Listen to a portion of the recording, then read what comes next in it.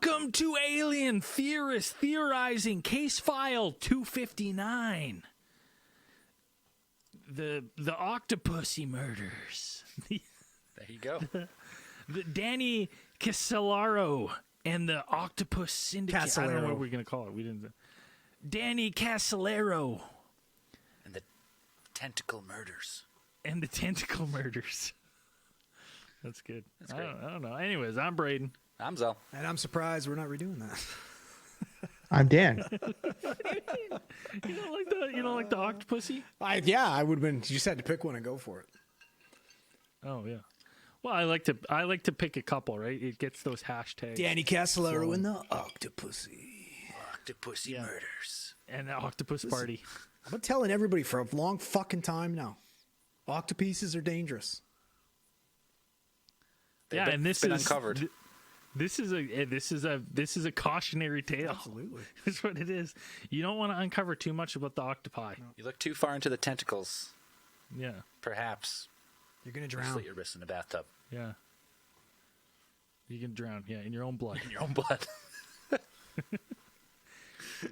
This is, of course, Murder Month. It's probably going to be like murder 3 weeks, I think. Probably one more murder case. We'll Maybe you guys will have mustaches for that 2 weeks. Mine's filling in. I just haven't shaved it in. I can't, man. I'm too thick. We've already gone over this. You're not, buddy. Listen, I hate to break it to you. You're not fucking hiding anything. All right? You think? Yes, I am. Think you're sitting on a fooling throne of nobody. lies? You're a throne Ain't fooling nobody. Buddy, your throne of lies is not fooling anybody. We know. You've been hilarious lately. You're fat.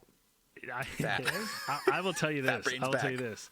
You think this isn't hiding anything, and then if I shaved, you'd be like, ugh. All right, come on. I mean, there's maybe, 3 chins? No, it's just one big chin, ear to ear. It's like one of those frogs. Yeah. It's bulged out. It's like that. Remember from fucking what was like the guy, the Naboo, the like main one. Naboo. The Gungan Yeah. King. Oh, yeah. The Gungan King. Yeah. Yeah, it's the Gungan King. You Yeah, shake that's it. what it kind of looks like. Yeah, I got real loose, like lower half of my skin too. Okay, we'll keep the beard. So it Just gives, keep the beard. yeah. Someone clip that and then slow that down. But you know what? What I'll do maybe for next week is I'll trim the beard, keep the mustache nice and thick. I'll do that much at least. I can dig that. So Deal. maybe I'll trim the eyebrows. No eyebrows. Full beard. I mean, give you a year and we'll that'll see. be the I look don't know. anyways. Yeah. They're falling out. You should have shaved those. Yeah, I should have shaved those off. Get rid of the eyebrows. I'm gonna have to. I think when the time comes for me, I'll just pick them. I won't hang on to the And then little get tufts. really mad at people when they mention it. The upper half of your face has just got like Thanos slapped. Honestly, I'm not even comfortable having this conversation. The upper half of your fucking head is just dissolving. What's happened? Fuck. It's just disintegrating. Yeah, it's like Thanos snap, buddy. Gone. Gone. Yeah, dude, it's whatever. Like I said, that's why you got to go to patreon.com and help us get. At least we can only afford some like dollar store wigs right now. We're not even in the realm of like high quality But you toupees could get your yet, but we eyebrows want tattooed on. You can get your hair tattooed. No, the on. hair tattoo's what I'm- not a good look. Chicks do their eyebrows all the time. Doesn't look bad. It just thickens them up. Tattooed head. Sure, if you've done it, it's not a good look. Hair. Can't go Could you back. imagine? Hair's Could you 3D. imagine like next? Hair's 3D. You know what? Okay, you know what procedure that I might have to get because my mom had to get it, so it's genetic. That saggy eyebrow, like this part right here, Oh, the droopies. because eventually mine are just gonna Again, be just hanging like this. winning the genetic lotto. Yeah, me, Yeah, buddy. dude. It was like Well, hey, I'm no better. I didn't even have a I'm nice fucking window. 5 I foot didn't even 7 have a nice 3/4. window. Could you imagine if like next case file I came in with just a couple caterpillars Yeah, it'd look tattooed good. I on? want to see I Eugene would love that. Levy's. Like big old I would thick fucking ones. love that. Yeah.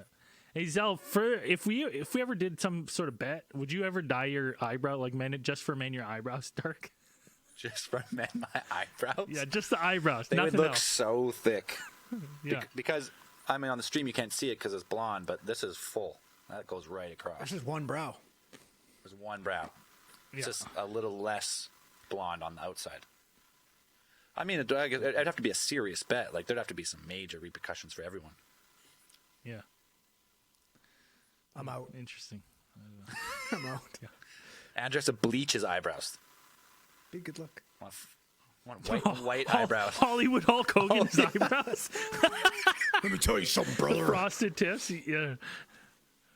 Anyways, that's we'll, good. we'll, Anyways. we'll discuss some more eyebrow treatments in after hours. Yeah, we'll figure it out. Anyways, tonight's case file is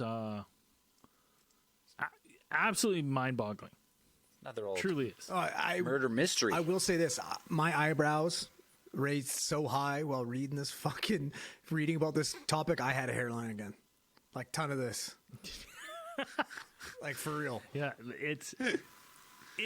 it's one of our requirements is that if we're doing some sort of murder, it has to have some sort of kind of spooky alien It needs conspiracy. tentacles. It's got to have some. It's got to have tentacles. Well, otherwise, at Dan least. wouldn't even come on, right? Right, Dan? Yeah. Right, Dan? All right. Thanks, Dan. There you go. Yeah. Thanks for the approval. This is just that, and this is in the conspiracy realm, just kind of similar. Where last week was Big Pharma, this is big octopus, man. Big octopus. Big octopus, big government. Potentially silencing investigative journalists. Investigatory. Where do we start with this one?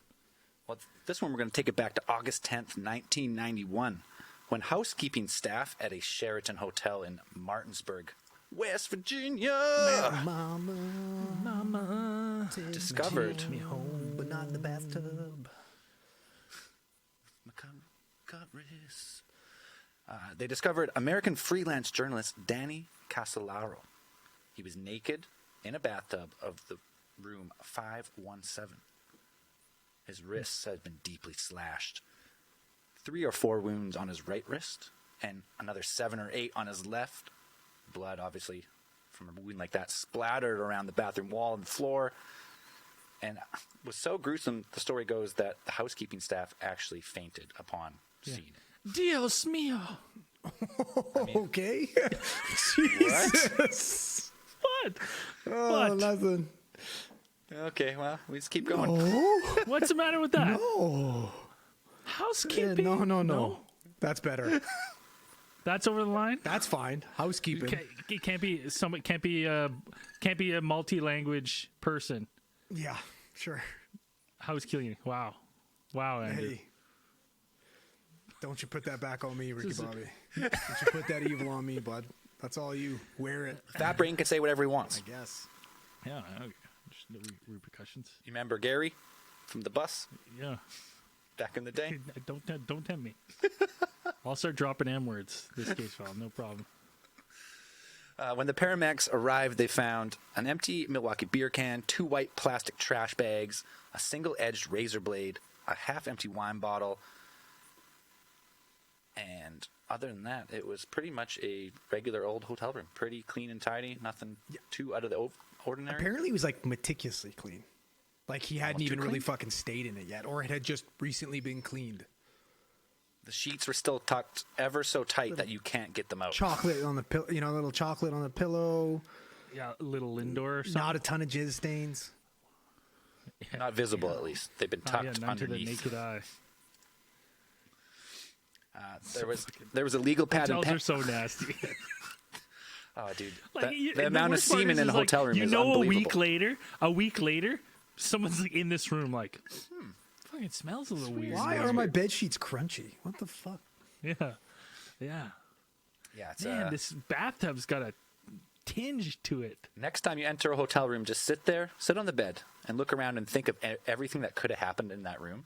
And it's I'll probably, tell you, that's happened. you've never been to a hotel room where any hotel room you've ever been in your entire life has either everything that you're looking at in that room has been jizzed on or someone's died. Oh, 100%. Those are two 100%. certainties. Puked Certainties. on, shit on, jizzed on, you name it. Yeah, That room is disgusting. anywhere you look in that hotel room, filthy. You think the curtains are Absolutely safe? Think filthy. again. Nothing again. Curtains are the one thing they don't clean, actually. And that's why this episode never is clean the brought to you by curtains. Airbnb. If you think hotel room's bad, how about someone's house? Yeah. So yeah, it's a very clean and orderly hotel room. But there was a legal pad and pen on the desk. There seemed to be a single page removed and a message written on it. To those who I love the most, please forgive me for the worst possible thing I could have done. Most of all, I'm sorry to my son. I know deep down inside that God will let me in. So it's a suicide. Case closed. Cut and dry Suicide. suicide, right? Boom. Got a half bottle of wine. You got a suicide note. Guy cuts his wrists in the bathtub. Got an Old Millie, right?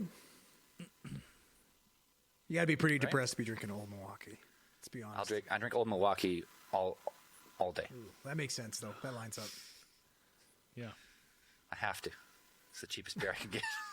Ugh. I drink one of these from Phillips. It's like almost expensive as a bottle of wine. Yeah, it's a strong though too. No, that one's only a 5%. Oh, okay. Anyways, after the police showed up and noted there was an absence of a struggle, right? So we just said it's like a meticulous. Well, yeah, it's a meticulous. I could good argue job, that there cops. was this absence of any kind of detective work because they just walked in. They went, "Oh, easy Sunday at the office, boys. Your classic hotel suicide. Walked in, Third this week." no sign of struggle, no sign of forced entry. Yeah. There was presence of alcohol. They seen the bottle of wine, the Old Milwaukee can, and they said, "Oh, God damn, that's a straightforward suicide." Yeah. No big deal. The police went and interviewed other members or other people that were staying in the hotel at the time and revealed that no one had really seen or heard anything suspicious. They contacted authorities in Fairfax, Virginia, who said they would notify Casolaro's family. So he dies. They come. It's ruled a suicide. Hey, boy, I'm like- surprised it's even a case file. It sounded pretty straightforward to me, right? It's pretty easy, yeah. So later on that Saturday, Casolaro's body was then transferred to the funeral home, where it was embalmed without an autopsy or his family's consent. What? It also, which is extremely interesting about this, that is actually illegal in the state of Virginia. I imagine it's illegal in most places to just take a body without consent from the family and just And start bomb and working remove on it. all Well, the it's- organs and drain the blood and It's kind of one of those things where it's, I guess it would kind of fall under like, you know, whatever the last wishes of the person was. Like if he wanted to be open casket or if he wanted to be cremated, right? It's like you were like taking someone's basically last okay, open choice, a casket, but definitely not burying him in a short sleeve. Yeah, long sleeves. Dios mío. Look at that Well, one. it's weird that they did it without the family's consent because they obviously told the family right away that they found their family member deceased in a bathtub, right? You would they would call them right away. Absolutely, Like, right? That would be notify next of kin. It was standard procedure, which they did 48 hours after the body had already been embalmed. And like, let's just be clear. Like, I kind of thought was like, well, maybe they had a hard time identifying him. They didn't. No, his wallet was in the They hotel had his room. wallet with his ID. They knew who it was for whatever reason. They're like, this one just slipped through the cracks. Right? Like, hey, did you call the family? I was like, I thought you were calling the family, Chief. Like, Johnson, you call the family. I can call the family. You call the family. Will say, as someone who's made that phone call, not something you want to do. It's hard. I've never had to make it, and I would imagine it's a very difficult thing to do. mean, it has to be done, It's your but- job. It's your job. Yeah, you have to. You can't. duck it. I just give it deadpan. Just quick. Just, hello, Miss Casolaro. Your husband is dead. Goodbye, bye. On the bright side, the hotel room was extremely clean. Unfortunately, he was drinking Old Milwaukee and bottled wine. But bye. Yeah, No. he's just getting graphic detail. Right. So 2 days after. Dan, calm down. We're not going to get into graphic detail. Yes, we Just are. calm down. We are. Good. So yeah, 2 days after he was found dead and embalmed, they notify his brother. First, his brother Tony. He's like, no one told me that my brother was dead, and not because the guy. He was in like his account. He's like at the hospital. He like gets a call. He's like from his mom. His mom's like, "Hey," he's like, "What's going on?" He's like, "Tony's dead." He's like, "What? When? What happened?" She's like, "He died 2 days ago." He's like, "Wait, what? This is unbelievable." Yeah, they just called me, and he's blown away. Like he's at work, and he's a doctor, Dr. Tony. Yeah, so his brother's a doctor, and so is his father. Oh, do you know he was the black sheep? Eh? It's a family pedigree here, and he's out here chasing He's stories. an investigatory journalist. Also moonlighted as a treasure hunter. I don't know if you guys saw that, but What treasure was he he hunting? literally quit college to go search for fucking buried treasure in like South America. That's pretty bad. Yeah, I would say so too. He lived a way more fun life. Way more. 100%. Well, up He had a lot until more. You know, until like his his dad, like his at grisly Christmas and stuff, he demise. goes. So he's like, Danny or Daniel, how's your stories? How's your stories you're writing? He's like, Dad, I'm a journalist. I write papers. And he's like, oh yeah, that's right. Okay, yeah, going good, good. Those paying the bills. So You yeah, can always get your PhD. you can always go back, even if you're 40. No big deal. So yeah, his brother Tony learns about his death and how he is deemed suicide by cutting. Like he cut himself. He's cut his wrists, and his brother was not convinced that his brother would have done that. He says he didn't really have a history of depression, as far as they knew. So he demanded an autopsy, as he well, he should. had good reason to though. Like Yeah. with the last conversation he had with his brother, that right there would be like, no, listen, something's happened. Something foul's going on. Well, even aside from that last conversation that we're going to touch on, he knew his brother, and his brother was one thing super fucking squeamish with like needles and blood. So the second they're like he slashed his wrist, he's like, my brother wouldn't have done that. He couldn't have. He's so terrified of the sight of blood and like needles. I just cannot fathom that he would do this. Thing to is- me. I'm saying if he killed himself, he thinks if his brother did kill himself, he would have done it a different way in his mind. It's like there's no way he's going to cut himself that gruesomely. Oh, absolutely. Like you know what?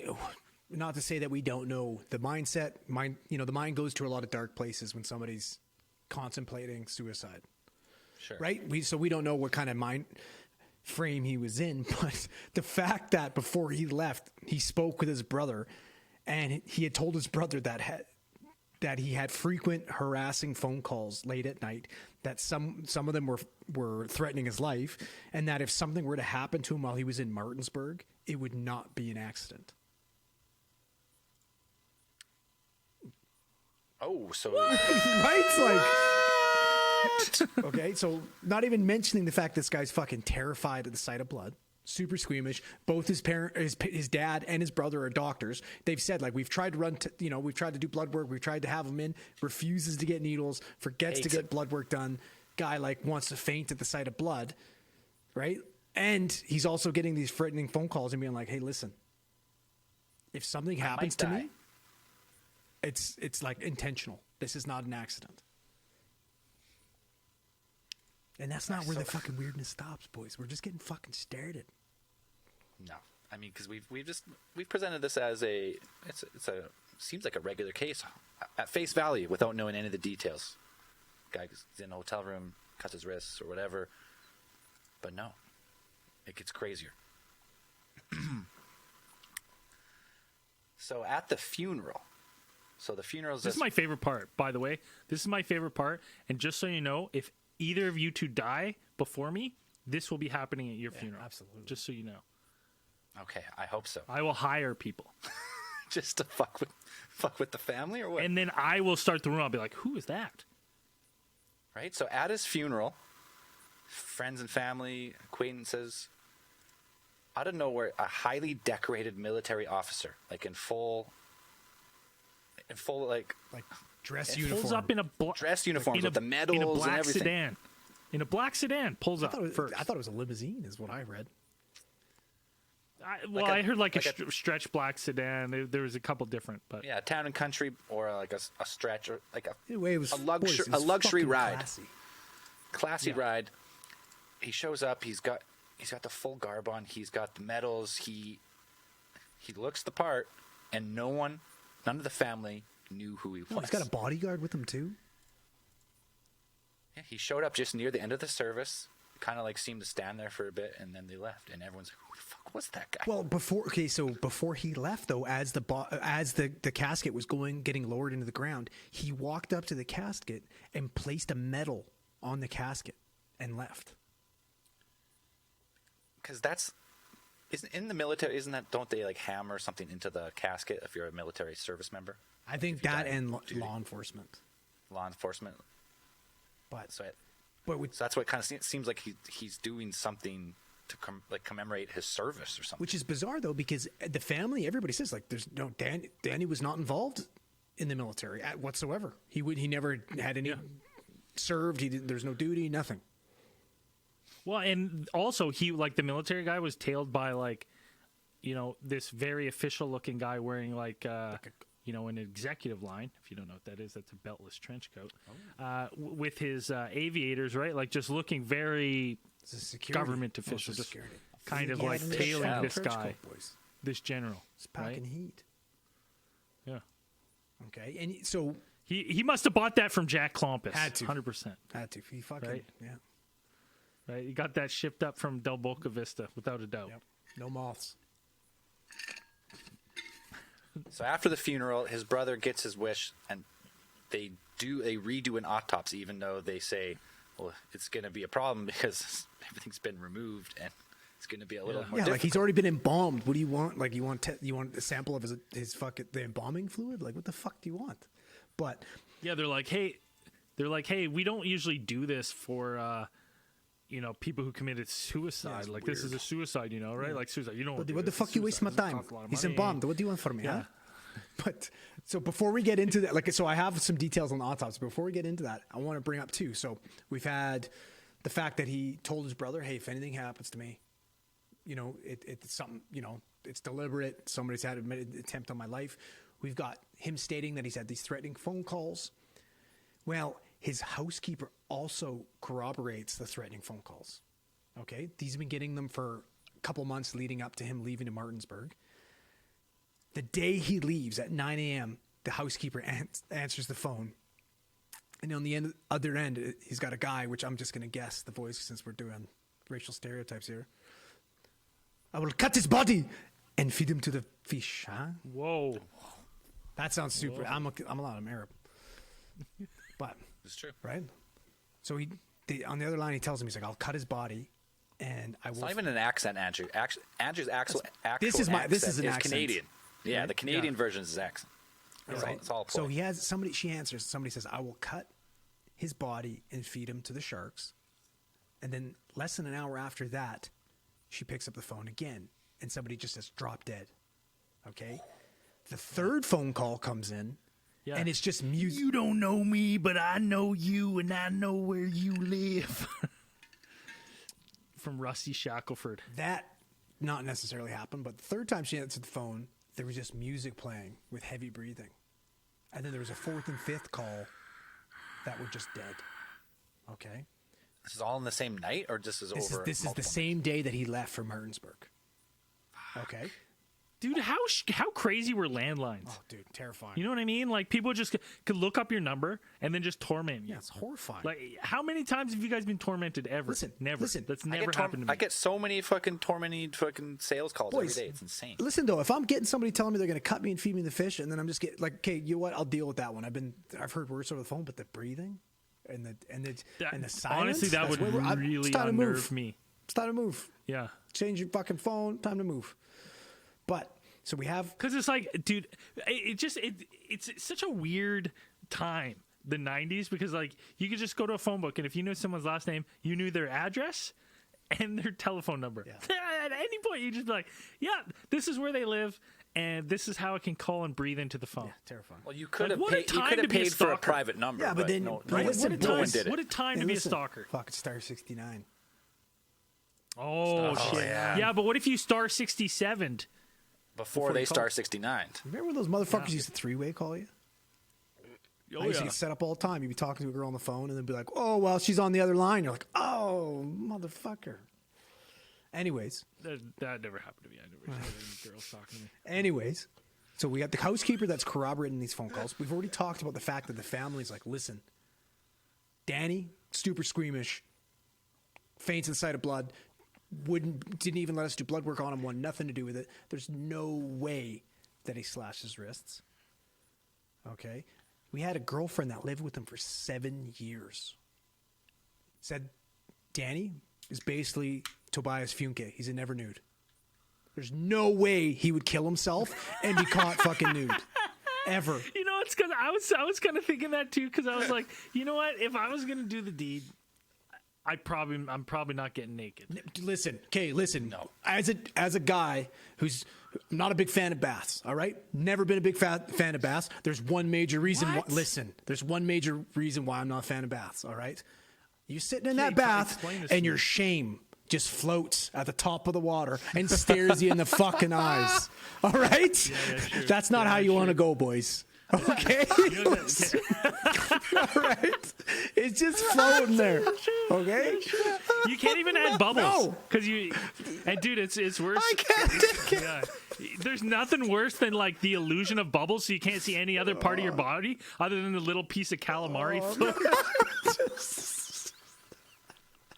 Oh no. Okay? Right, for that reason right there, this is no way this is a suicide. Absolutely not. There's no chance. Absolutely not, man. It's What if you're hung though? dude. What if you're hung then you don't care? Give a shit. Yeah, that's Got a like a good fucking point, also. anaconda floats swimming around the bathtub. The only way that's an accidental autoerotic asphyxiation. That's the only way. Yeah. That's Listen, if you're hung, just hey, don't listen, let's be honest. If you're hung, you're not killing yourself either. So, it is what it is. There's no way. Life's fun. Everything's fine. All your problems Yeah. are solved. Okay, so maybe that was the final straw. You just and you're just like, you know what?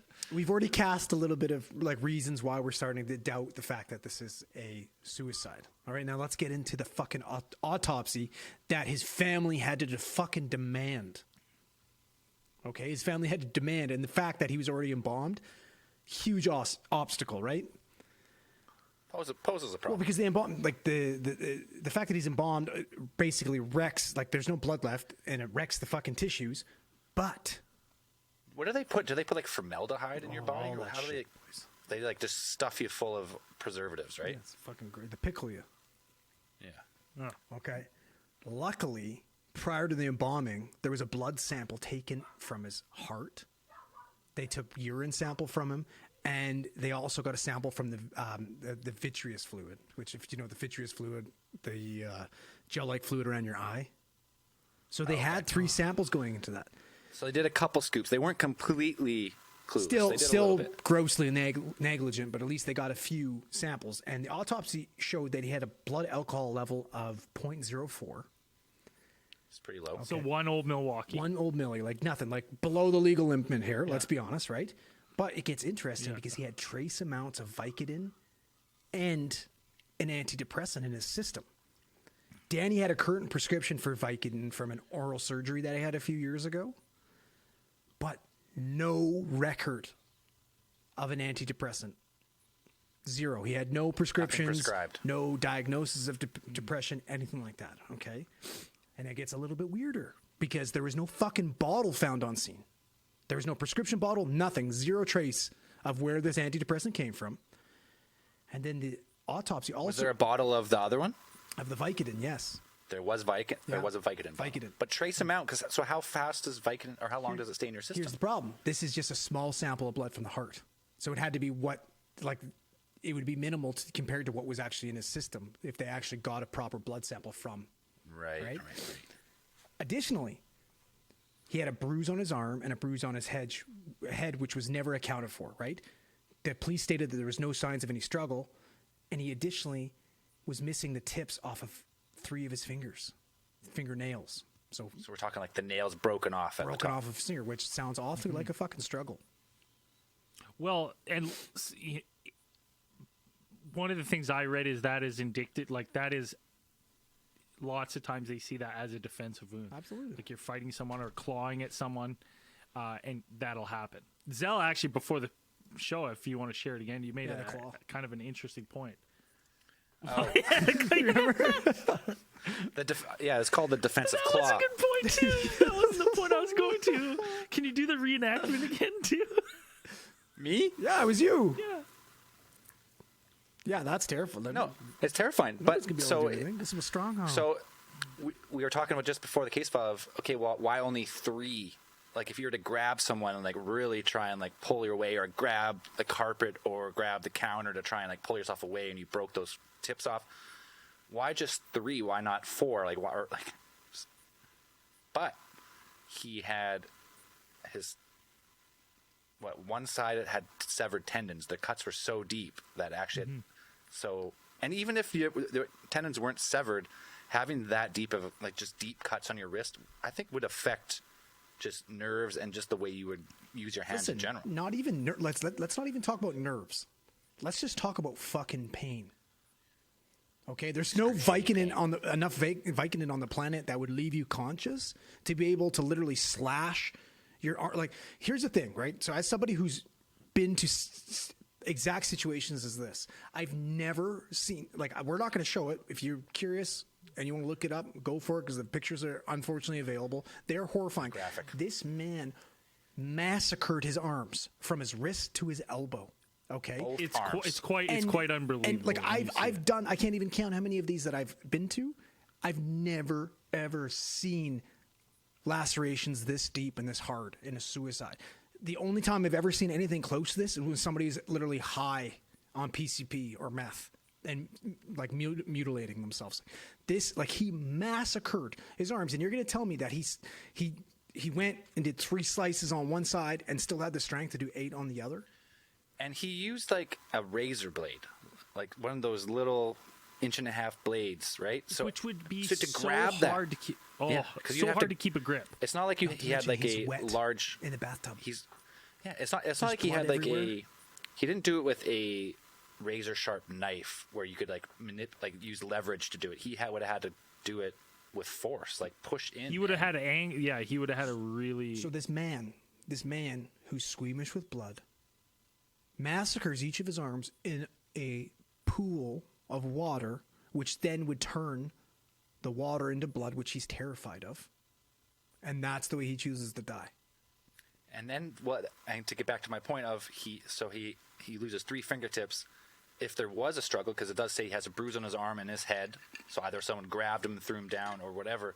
If he was fighting back and he had his wrist cut and in the last ditch effort to protect himself, maybe his tendons are cut, so maybe he's not reaching with like a strong fist or a strong grasp. Well, you wouldn't- Maybe only has to. The pain It just seems, would be the pain would be just, unimaginable.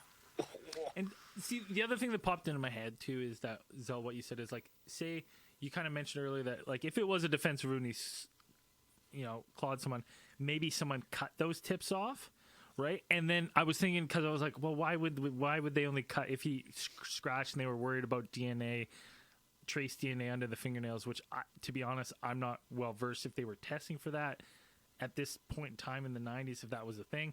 But if they were, 1990, absolutely. absolutely. Yeah. Okay, so then maybe I'm just saying hypothetically, this is where my mind's going. Maybe someone there started to cut those nails, and someone went, "What the fuck are you doing? Stop! Like, don't cut any more nails. It's going to be too obvious. Just leave it." Yeah. Right. We can scrape underneath. Why are you them or giving this something, guy a right? fucking Like, manicure? Let's go. and but the reason why I think about that, like that aspect of, like, maybe someone making that kind of slip up, trying to clean things up, we'll kind of touch on in a little bit with some other things that may be out of place in the room. So So maybe his fingertips were removed, is what you're saying, because Maybe of DNA. partially. Yeah. Yeah. So despite the second autopsy and all the abnormalities that have come forth, they still go with the initial diagnosis of suicide. All right, they say that he died between 7 and 8 a.m. on August the 10th, so about 5 to 6 hours before he was found. One super interesting thing, though, that they did find out during that autopsy is it was also concluded that Danny was in the early stages of MS. Really? Yeah. So MS is like a Which one's- neurological which- disease, right? Yeah, which Multiple one's that one again? sclerosis. Is that where you get the curve back? That's scoliosis. That's scoliosis. Sorry, it's close. So MS is a disease. It's like It's a problem with, like, your immune system basically turns on itself. Like, your immune system starts attacking healthy functioning organs. Oh, It's a okay. disabling disease of the brain and spinal cord. Yeah, you get like multiple brain sclerosis. lesions, and it's awful. It's not. It's people survive it often, but can be very debilitating disease. Another really weird thing, a little bit off topic, is the fact like Canada's MS rates are fucking higher than anywhere else in the world. Yeah, isn't that a weird stat? Yeah, That is a weird stat. Do we drink more aspartame drinks than anyone else? Hey, listen, Huberman Lab, listen to it. It's great. They basically, two scientists, him and Andrew Huberman and Lane Norton, basically disproved the fact that artificial sweeteners really have any negative effects to you. So no one really. Good. So no one Good, really knows 'cause why. I crush Coke Zero like none other. I'm pretty sure that aspartame studies was only done in mice, but I'm not sure. I don't. Yeah, listen, fucking don't listen. mice are I don't want to talk. pussies. I don't want to talk about what I don't know. Well, I'm curious of why Canada would have a higher rate than America, who has an even worse diet than us. Yeah.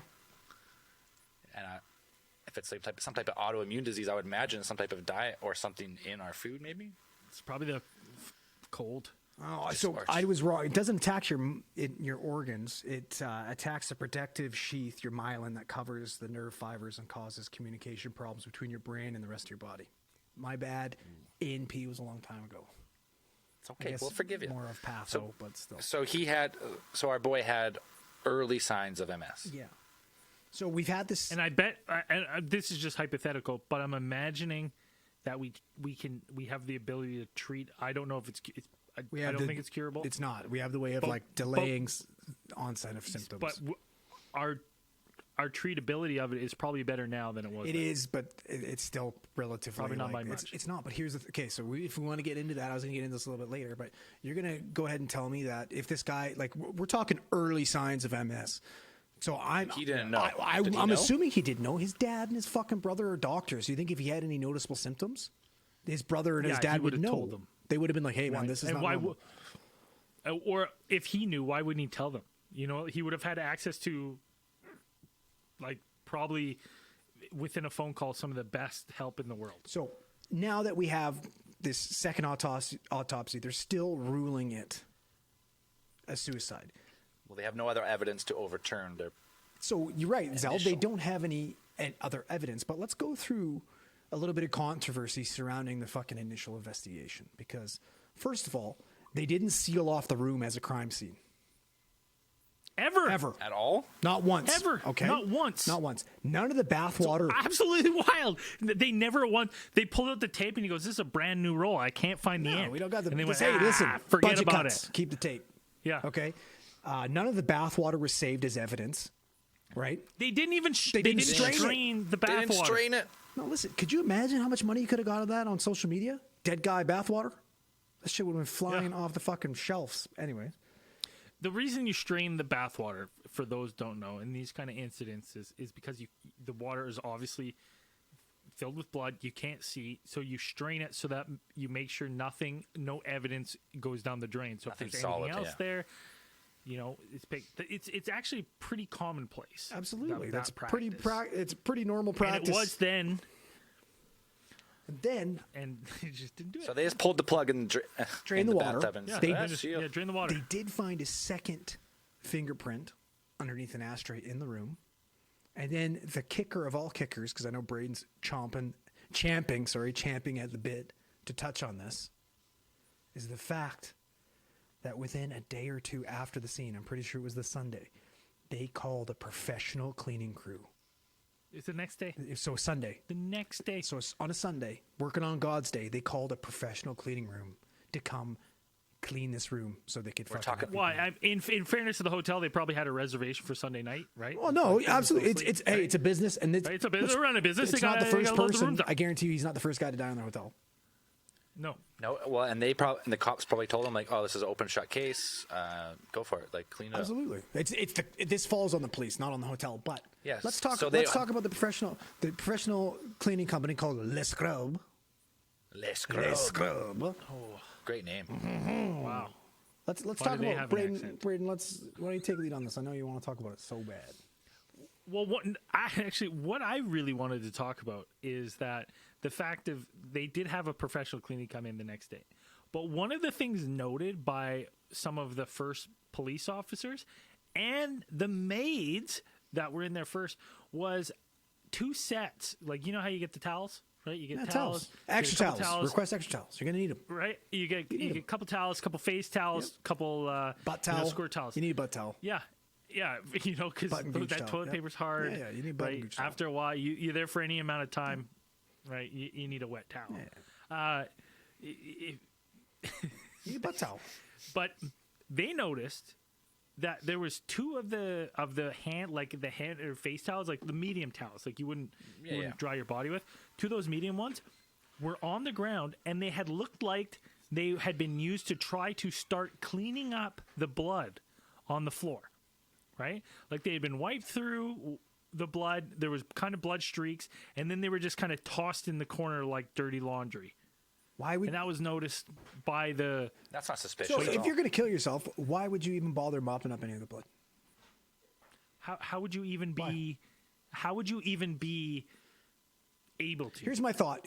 This is my thought process on that because there were so many wounds. Usually, when there is somebody who, when they do slit their wrists, there is usually a few hesitation slices, right? You don't really get to do. You don't do the entire job, and maybe did a couple slices, changed his mind, maybe tried to clean him up potentially, and then went back to the bathtub, changed his mind. I find that highly unlikely, but that's the only way in my brain that. Unless there was someone else there. Absolutely. Well, and they got blood secondly, on it's them, like, right? Yeah. That kind of just paints a different picture, because when you say like, oh, he did all this in the bathtub, well, then it goes to the point of like, well, no, there was actually quite a bit of blood on the wall and the bathroom floor, which means he would have started the cuts while standing outside of the bathtub. Well, it depends. It depends it if he could've- hit, like it if you could've hit an been artery, ejected. there's going to be an Yeah. arterial spray, right? Yeah. And he must have, because if he got to the tendon on a few of those Yeah, cuts, yeah. then Well, and he did it the Yeah, right. he He went- he did it the he right went way vertical. as well. yeah. Which a lot Yeah. of people don't So do. Don't what? don't do it, don't. What was with what? Did you have another interesting fact about Lescrow? I mean, the 2 towels to me were pretty fucking damning right there. Like that's Yeah. super bizarre. The fact that the cleaning company felt like they were told everything's good, so they tossed these towels away. They disposed Yeah. of them. They- Fucking evidence, they cleaned gonzo, everything. right? And just the fact, like, it's crazy to me that this place was professionally cleaned, and they didn't even do a secondary. First of all, they didn't do the autopsy, and they didn't do a secondary investigation of the scene until after it was fucking cleaned. And everything's gone. Like, what are you gonna? Carpets are shampooed, walls are scrubbed, bleached, Yeah, everything. exactly. Like deep cleaned. You know what I mean? There's gonna be nothing left in there. You want to know something that they did find, though? Yes. You know I want to know. something they did find? I want one. You I want to you know. want to know? I want to know. So we're going to get into the fact that Danny was rumored to have a certain set of documents with him, which were not found with him. We're going to touch on that. But they did end up finding something. They did find a scrap piece of paper rolled up and tucked into one of Danny's shoes. All right. The little piece of paper that was tucked in his shoe contained an outline for a chapter of the book that he was writing, titled "Behold the Pale Horse." There's another book called that. That's not this. There's a popular one written in the 90s. This is not it. It's This a was huge his own conspiracy book. Behold a pale horse. Exactly. This is not that one. This is his own conspiracy book.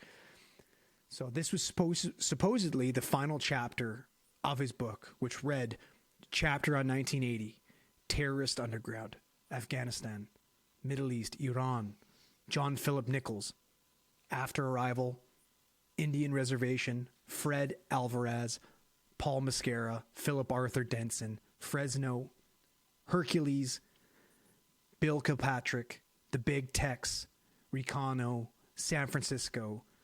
Finish up chapter with Paul M. and Fred A." All right. So we're going to. A web of people. Exactly. And right away, we'll talk just on 2 guys. He says, finish up the chapter on Paul M. and Fred A.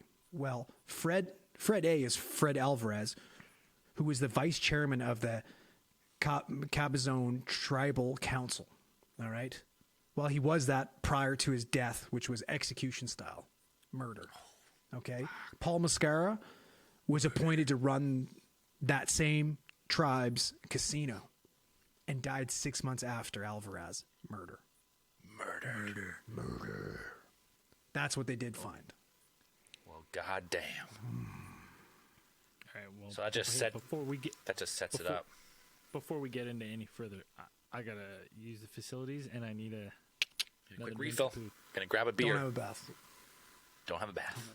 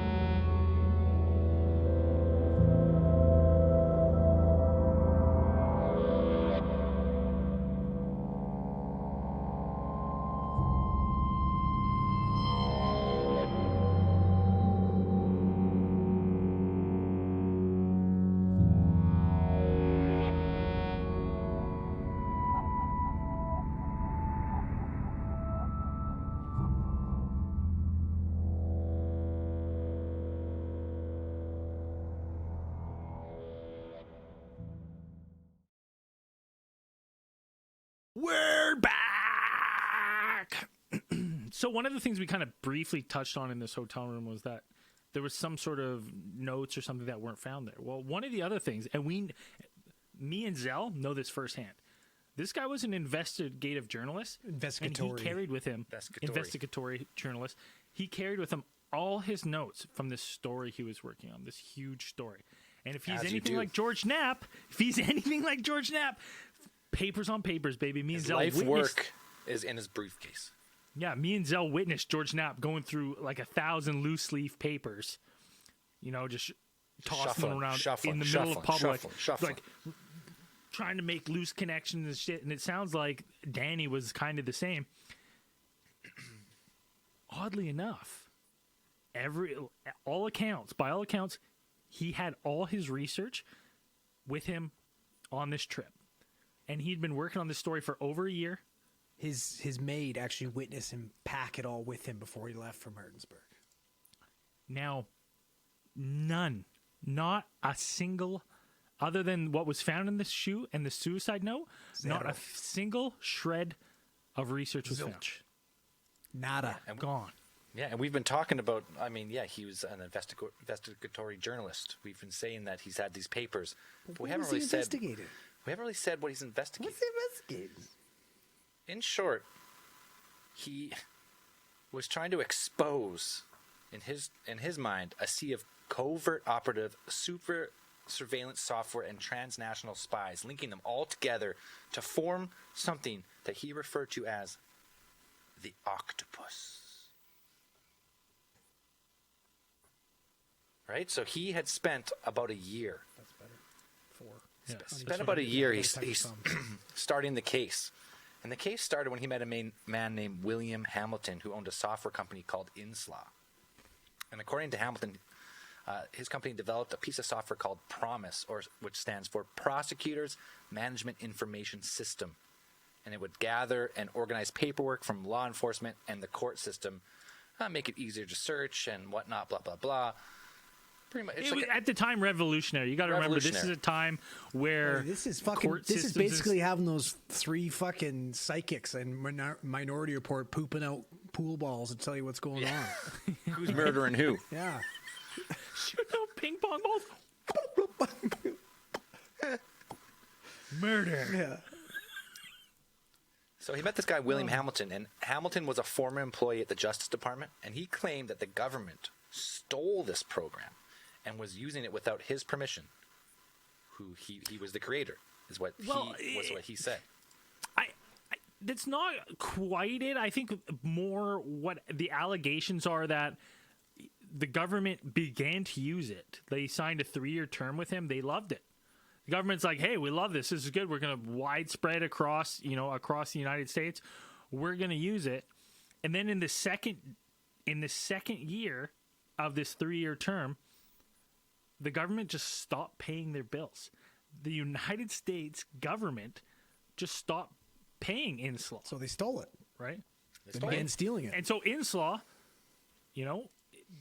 being the United States federal government, that's their big money, that's their ticket, have to file bankruptcy, right? Because they're ruined because the United States government is just not paying the bills. And this is literally a mom and pop fucking software company. Yeah. Like there's 2 people that own this. It's like grassroots. It's super easy for them to go fucking bankrupt. And as they're going bankrupt because the United States government is just being like, yeah, we're using the software and we're not paying you. They find out that the Canadian government is also using Inslaw, yet the Canadian government didn't buy it, didn't lease it, didn't buy it from them. And they're using their proprietary software. But you know what? Here's the thing. Napster's a bitch, man. 90s, right? That's where they got the Canadian government. This is well before Napster. Because, you know what I mean? LimeWire, FrostWire. You're 10 Preview years. But play. you got 9 seconds. That's all Yeah, but you're 10 Canadian years. government just Napstered that shit. They're 10 years before file transfer. There's no way. And not only so that he did have a case though, because it spent years in litigation from '88 until about like 1990, and then it was actually ruled. The judge ruled in favor of Inslaw, saying they had a case, but in '91 the decision was overturned through appeal. And you know why it was overturned? Why? It was overturned. It was overturned due to a technicality. The Court of Appeals ruled that the case should have been tried in federal district court and not bankruptcy court, so they overturned it. And then That was the reason. it went to federal district court, where the guy was like, "No, you guys got nothing. Fuck off." Right? So that's what started Casolaro's. Bankrupted these poor fucking people. They bankrupt these. They invented this revolutionary product, the software, and they bankrupted them. Stole it. Now, it gets even worse because the Hamiltons then were approached by, like, some government officials who were like, listen, like, the United States is using this software, but we're also we're selling this software to other countries, and we're using the money that we recoup from selling it to fund black op operations. That's what they told the Hamiltons. So the Hamiltons are like, what?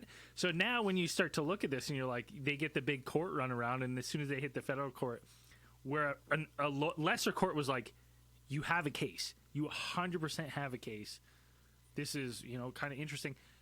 And then it does the big loop around, gets to the federal court, and they're like, nah, nothing. You got nothing here. It's like, well, the people you're trying to look at are the same people, like, in bed with the people making these court decisions. It's crazy. And it gets even crazier because then later on, after this whole initial fiasco, Casolaro met Hamilton again. And he discussed the possibility of writing a story about Inslaw, the Promise software, and the government's involvement. Like this, about just trying to expose all these shenanigans. Just this shady, basically bullshit. the government being the government. shady, and stealing from them, bankrupting them. We've never heard the government do that before. That doesn't make sense. No, It's never. so ungovernmently. Stealing their proprietary software, then selling it to other countries to fund black op operations. Like, man, that sounds like a juicy story in itself. And then, but no, it gets crazier. And at that meeting, Hamilton gave him a 12-page memo written by a man named, someone's going to help me with this last name, Michael Riconoscuto. Yeah, it's called Riconoscuto. Riconoscuto, Like outlining prosciutto, the but allegation. Riconoscuto. Outlining the allegations of the case.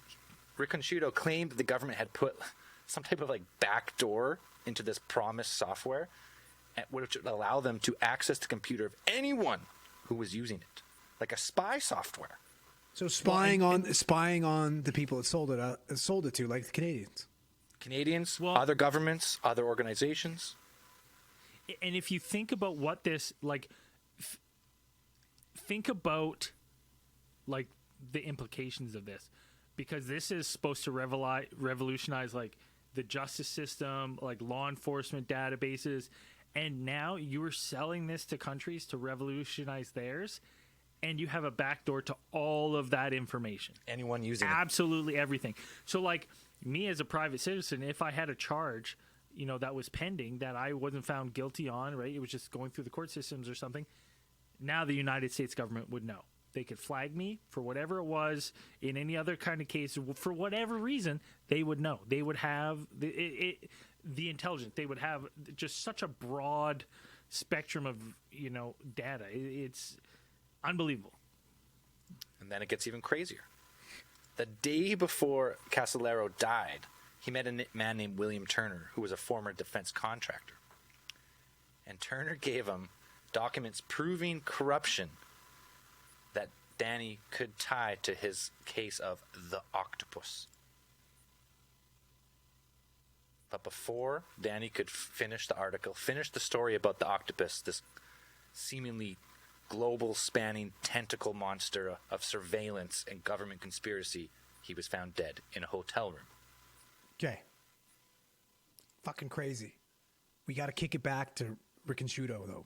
Riconoscuto, whatever. Yeah. If you remember my little blurb from The Pale Horse, there was a one word. Where is it? Let me find it.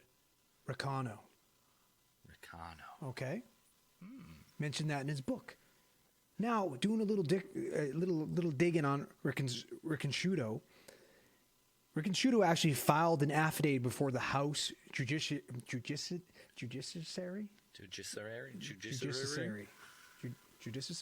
that sound right? Judiciary. Judiciary. Judiciary. Yeah. The House Judiciary. You got to really marble up your mouth to say it. Judiciary. There, you nailed it. Perfect. Judiciary Committee. No, that's as he said. The House Judiciary. Fucking hell. The House Judiciary Committee. This is your photography. It's a hard word, though. judiciary. Photography It is. is a pretty easy is. word.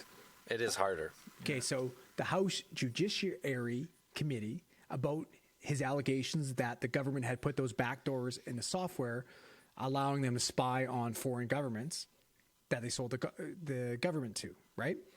So he brings that up before the House. He had also claimed that these modifications made the software, these modifications of the software was made at a lab located on a Native American reservation in California, because the reservation was sovereign territory. So the government would have no regulation or sovereignty in there.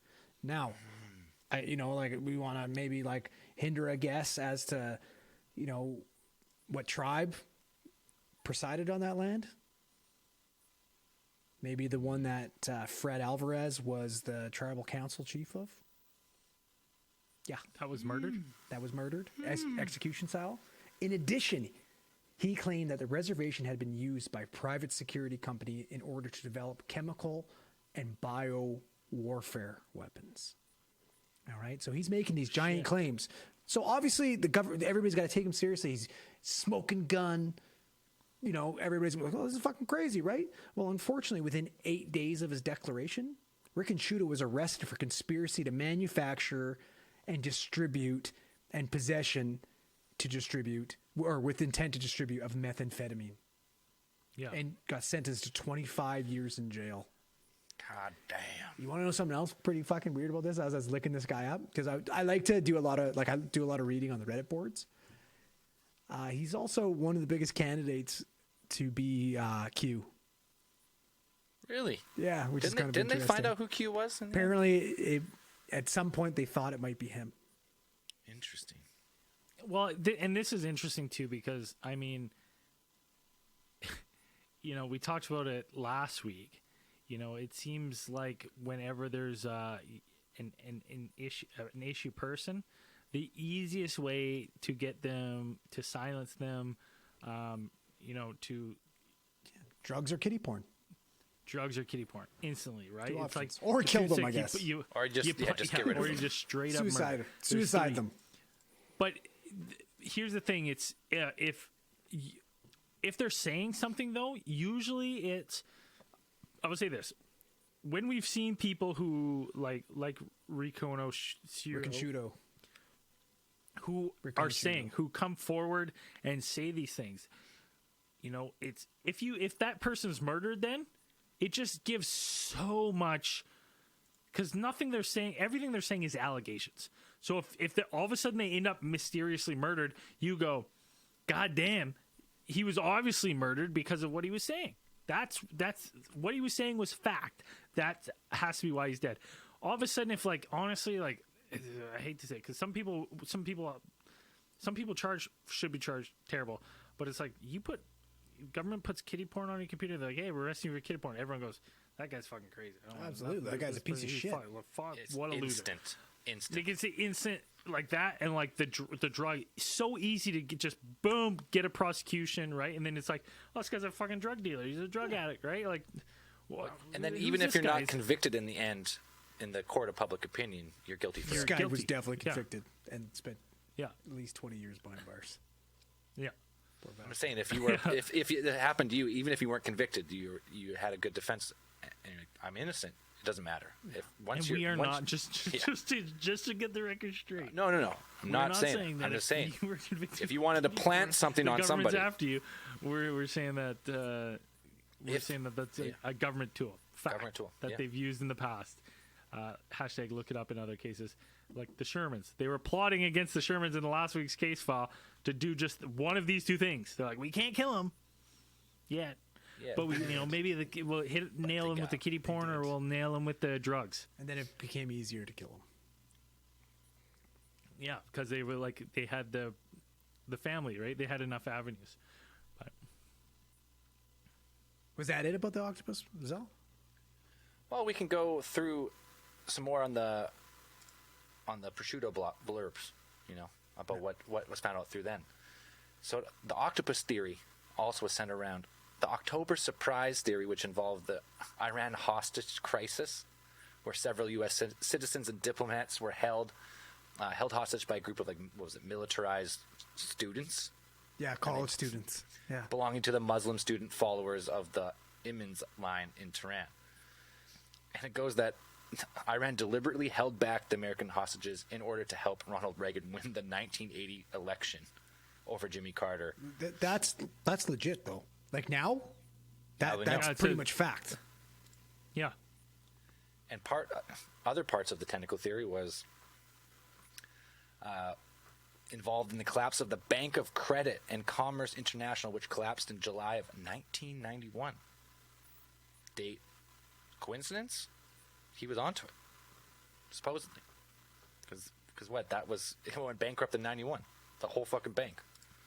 Man, I'll tell you, like, just on a brief side note, if we want to get into some absolutely insane, like, government conspiracy on bank run, some of these crypto exchanges that have been going belly up in the last, that have huge, like, Democratic and Republican donation ties, that have just been, like, huge Ponzi schemes / like, money laundering schemes that are just being absolutely exposed right now. Started with FTX. It's looking like crypto.com might be next. Just like wild shit. A lot of people but the same thing, trying right? to make It's money real quick. Exact same kind of shit that's going on in the with the Commerce International in '91. Same. We're kind of history's kind of not repeating itself, but it rhymes. Well, yeah, they are under what was it, like, money laundering claims. Dude, I'm telling you, that is what is happening. Just in a brief synopsis of what's happening right now in the crypto world. Synopsis. The FTX, huge crypto exchange, run by this fucking nerd and his 6 orgy friend nerds. Yeah, they're all banging each other. I Absolutely. read that. It's Yeah, weird. no oversight. They had like every kind. They were just paying the Democratic Party an insane amount of donations. The Democratic Party was giving money to Ukraine. Ukraine was just basically giving money back to FTX, investing in them. It was just this big fucking money laundering loop. And an orgy. at the end of the day, they were lying about their holdings. They had a bank run. Everyone was trying to pull their money out. Their crashed to zero. Turns out they didn't have any of the assets they talked about. They had like $600 million left in assets. All of a sudden, as all this is coming to light, like the next day, they're like, we were hacked. Everything's gone. Meanwhile, the founder's like, left the country. You can't hear from him. You don't know where he is. Like, obviously, he's the one that hacked the remaining $600 million. Dude, they were sponsoring the World Series. They had all their like company shit on all the World Series. Like, it's mind-boggling. All these like A-list celebrities that were endorsing it are like, Hey, you know what? When there's a get-rich-quick scheme, people jump on board. This is what happens. Larry David didn't. Yep. He didn't buy it. What it was also that the tentacles ran deep into what the Iran-Contra affair, which was another political scandal involving the Reagan administration supplying weapons to what was the Islamic. How do you pronounce that? Khomeini? Yeah, Khomeini? Government of the Islam Republic of Iran, Ayatollah. which went on for just say Ayatollah because he was the Ayatollah. Gotcha. Went on for 6 years, from 81 to 86. But like honestly, that's if you've listened to this podcast and you have listened to any CIA, done any research into the CIA and stuff, the United States government have been funding rebels and shit in countries to overthrow governments forever. Hey, we're just getting started. You guys want to get into these tentacles? You want to dive Yeah, deep let's into these get- fucking tentacles? More These little tentacles. I want suction cuppy tentacles tentacles. You want to just in rub and up out. on you, in Yeah. your mouth holes, all that shit. Yeah. Suction cups. Hindsias. It also claimed that the tentacles were involved in the Kennedy assassination. But that of was just course. one of the many coups and assassinations pulled off by the Octopus since the end of World War II. The group had come together over a covert operation to invade Albania. The Octopus had overthrown Jacob Arbenez in Guatemala in 1954.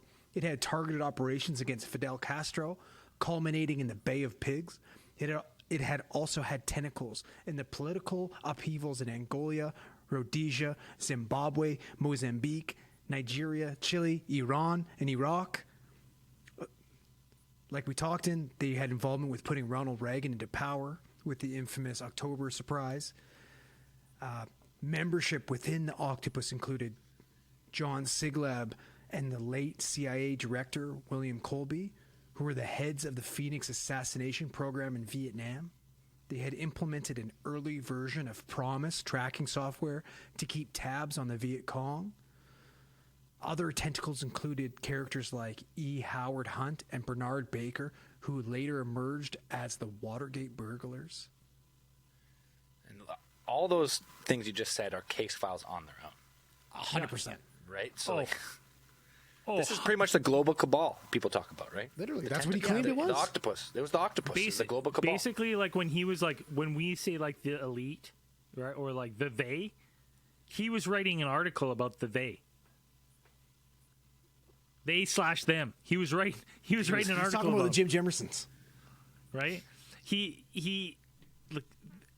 It's pretty well known that these big money groups move, right? Like, and they sway. They'll sway political parties. They'll sway governments in other countries, right? They'll fund things to bankrupt other things. Like, I would say that that's a pretty known thing, that there's these organizations that do that. And he's just bringing one to light that's doing this in the shadows. That's what was happening in the 90s. Fucking wild. So he's deep into this, his octopus conspiracy. The octopus hole. The octopus's hole. Octopuses. He's staring at the beak. Oh, yeah. He's No, he's past the beak, bud. He's past the gullet, all of it. He's in there. Yeah. He's in the inky spot. all that's left is his ankles hanging out. That's Oh, like yeah. he's Yeah. been swallowed. He's deep. But like this must have been all consuming for him. Like, can you think about like this started out as you're like the government fucked over a ma and pa company, and then all of a sudden you're just like, Oh, hey, they're using this software to spy on other countries, and they're like, who is? And you start to uncover all this other shit. You're like, oh my god, this is insane. This is like, you know, at every level of government, this is getting involved in this, in shady dealings, like criminal activity. yeah. It's pretty wild. So even if 10% of what he was looking into was true, like he's in well over his head, and it's perfect reason for him to be silenced, as some people say. Yeah, Epstein, as we would now Yeah. refer to this. Suicide. So let's go to that, because now let's circle back now to just the day before, pretty much the last time he was seen, like the events leading up to the night where he died. So he was last seen at a Pizza Hut when he told one of the waitresses, you know, he's being a little flirty. He liked her eyes, and quoted The Great Gatsby. And then he went on to meet Henry Turner at the Sheraton Hotel at 2:30. And that's where he gave him the documents. They parted ways shortly after. Then he spent the next few hours at a restaurant where a bartender. This is the only time we get like a depressed Danny. A bartender said he looked depressed. Yeah, it could Seemed just lonely. be bagged too, though. Like He's maybe tired. He He's- has resting depressed face. Like Braden has. I'll say this. Yeah. I'll say this, You and do. I'll say this. When we saw George Knapp, I would have at the lunch table at AlienCon, and he pulled out his briefcase and was shuffling through about 1,000 papers. I would have described George Knapp as stressed and depressed. 'Cause he was like moaning. He was like sighing. Like I'm gonna be looking at honest these with you right now. papers. I'm gonna be 100% honest right now. Dano, you're looking a little stressed and depressed, buddy. Yeah, Dano. Yeah, what's going What's on? going on, man? Yeah, what's going on? We'll talk about it after. That's fine. You don't want to talk about it? It's fine. We'll That's keep what it save is. for after us. So yeah, after he got his documents, he went to the bar. Then he was at the cocktail lounge at the Sheraton at around 5, with a man that people describe as Iranian. What do you You mean, mean buddy? another Huh? con- What do you mean, buddy? What are you talking about? Huh? Muhammad. What do you mean, huh? There's no more details about this Iranian-looking man. Was he meeting another contact that we don't know about? Not sure. It's interesting you say that because the part of the report that his housekeeper gave that she did say that he did have a meeting within the week before leaving for Martinsburg with a man that looked to be dark skinned or Arab. So there you go. Was in his he meeting another contact for more information about the octopus? Potentially, but we know we've got ties to Iran, so. After that, he said he met a man named Mike Looney who was staying in the room next to him. They chatted for a bit. At around 5:30, they met again around 8. He stated that Danny was waiting to meet another contact who was going to give him more information to solve the huge case, the octopus. See, this now to me though, it's starting to paint a picture of Danny to me. Danny's got loose lips, baby. Because who the fuck is this? Who is this guy? He's at the bar. He's like, I got this huge case I'm about to solve. The octopus is here. He's on the wine at 9, boys. He's having a good time. Yeah, loose lips sink ships. He's having a time. Yeah, he even goes as far as to talk to Mike and say, the guy probably blew me off. He leaves briefly for a phone call. He comes back. They keep talking around 9:30. The last time Danny was seen alive was at a convenience store around 10 p.m. buying a coffee. So he's gearing up for an all-nighter. He's grabbing a coffee. 100%. That's when I read that, I was like, this. Hey, boys, there's weirdos that can fucking crush a coffee and go to bed, though. I know about. I'm one of the. I'm one I of can those do that. weirdos. Are you? Oh God! Listen. I could drink a caffeine. coffee All caffeine intake. I'm talking chocolate. I'm talking fucking cafes. I'm talking everything. You get 1 milligram in your 10 toast. a.m. I'm stunned. I'm shut her down at 10 a.m. You see these bags? Look at me. Yeah, check these ones out. I got them here. Yeah, but you pack those things Immune and to go to caffeine. Disneyland. Immune to caffeine. Yeah. Except when I drink coffee at night, it's 2 usually, carry-ons right here. Yeah, buddy. Those aren't carry-ons, bud. You gotta when I check drink those coffee out. at night, it's for if I'm going to play a show or something late, I'll drink coffee. But if I had to go to bed, pretend it works. Yeah. If I had to go to bed, I could go to bed. I'm just not going. Sometimes I'll use it as a placebo. I'll be like, just crush a coffee. no, I can say that. One cup of coffee, and I don't even get a big boost from it. I'm but not tired. I can't sleep, and I'm peeing every 20 minutes. Just pee in my pants. Gotta go. It's the worst. Still drink a lot of it though. Yeah, I mean, so we've talked about a lot of controversial facts, but it even goes as far as say that,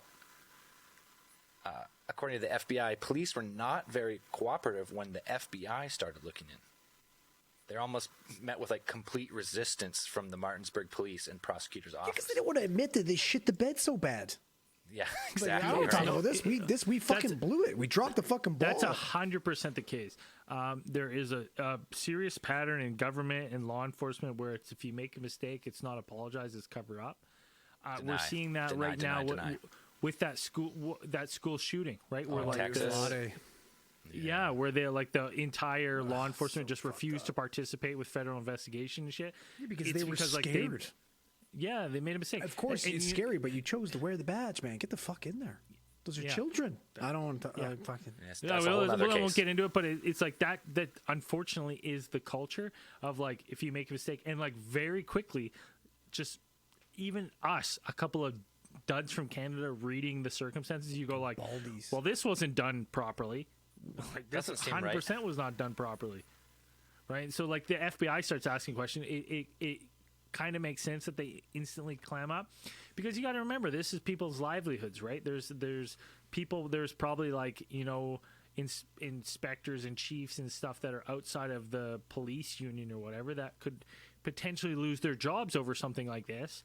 So they don't it's their livelihood. So they're trying to, minimize their involvement by being as unhelpful as possible.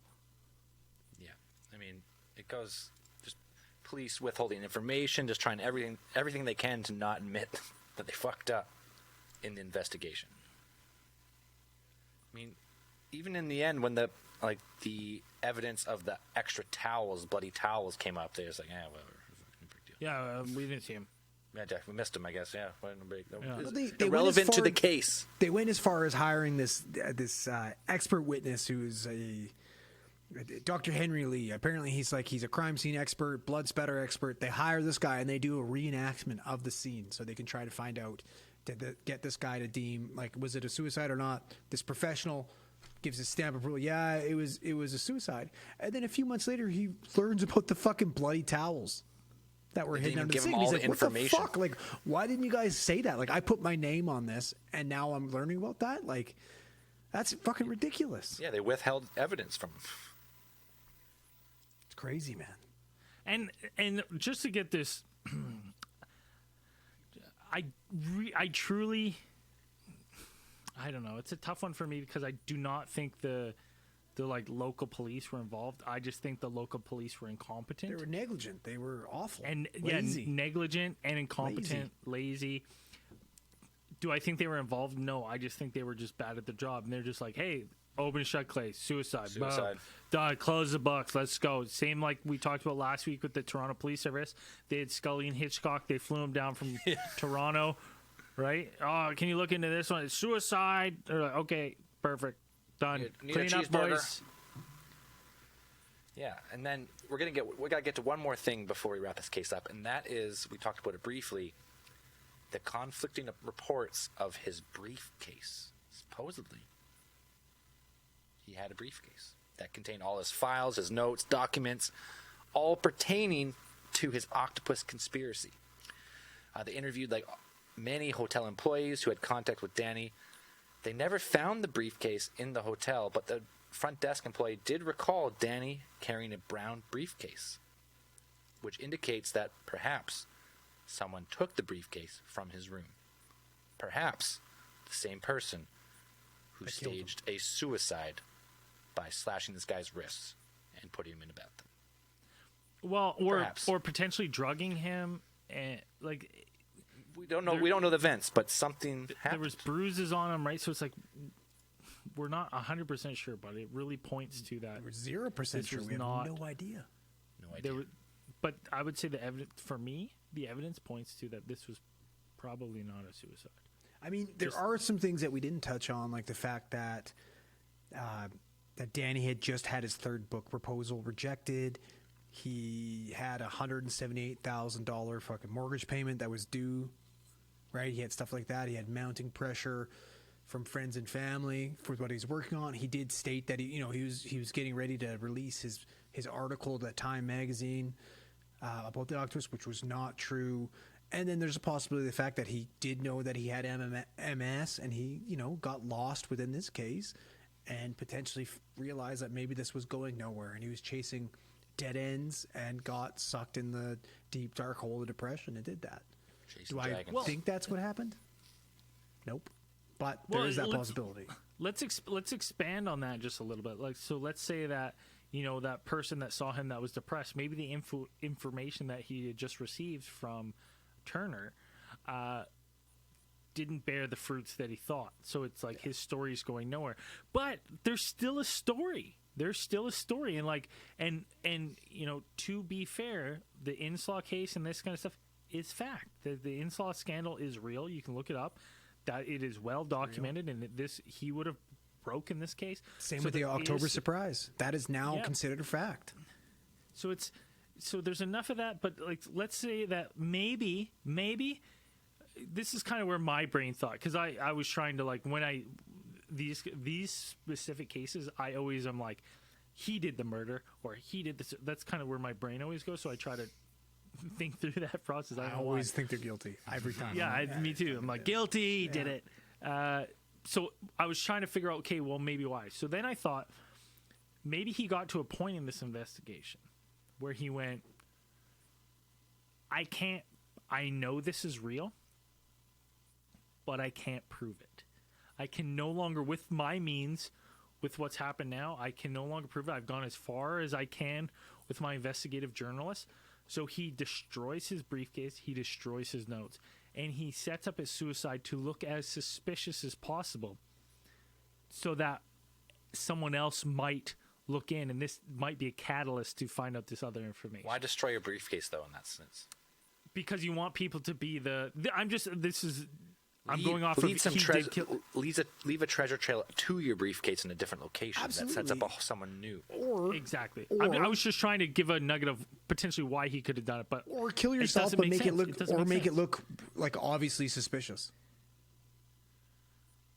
Yeah. Yeah. Right? Like, Just make it look obviously suspicious. Have your documents there, so like, holy fuck, this guy was onto something, and he was obviously fucking murdered. what I'm saying is there's too many humps to get over for me to be like, yeah, he obviously killed himself. There's too many humps that just don't add Yeah, up. I agree. The fact that we've never found any of his documents, any of his research that he'd been and by all means, he was one of those people that just becomes like tunnel vision, just part of his work. I'm locking myself away. Infatuated with this story. Yeah. That's all he thought about. What if Not a note. What if somebody took it? Like, what if he got silenced and then he was like, "I've got nothing now." Maybe, and someone stole it. Somebody came out to him, took all his shit, and was like, "You're Came fucking done." up at gunpoint. It's like, hey, I need the briefcase. I know what you've been Yeah. into. He took it, and then he did kill But himself. you would still have a mental like. You know what I mean? I think if you lost everything, you still piece a lot of it together. Let's go back. Let's go back to the fucking suicide note at I was the just end gonna because say that. apparently he's a devout Catholic, and he took his own life. And he says, "I know God will let me in." Maybe he was forced to commit suicide. He had a 22-year-old son who lived in Colorado. Maybe if they're like, "Listen, Danny, here's this all. We have all this information on your son. We're coming to fucking kill your kid. Unless you do this now. You got to do it." And Because, that was a coded way of saying that because obviously he was commit forced to kill suicide, himself. you were not gained access. Suicide And is he hits an instant artery. route to hell. He hits an artery. The guy takes a little bit of fucking spray, grabs some towels, wipes the blood off, tosses them underneath the sink in this otherwise perfectly fucking clean scene, and fucks off. Grabs the briefcase, off he goes. Right? Right, and that's why he says like, "I know I'll gain it. Well, God will let me Let in," me or in something, because he whatever. was forced to commit suicide. Because he's like, "This isn't a real suicide. I'm being this is a murder," which would make sense. It's He's also the pointing at same thing because this is another thing for the Catholic religion.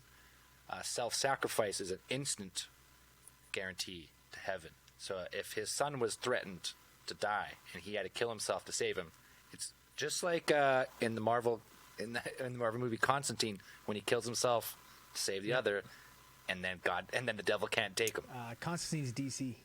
or whatever. Well, Come on, man. You I better than that, Zal. don't give a shit about comics. I'm just saying.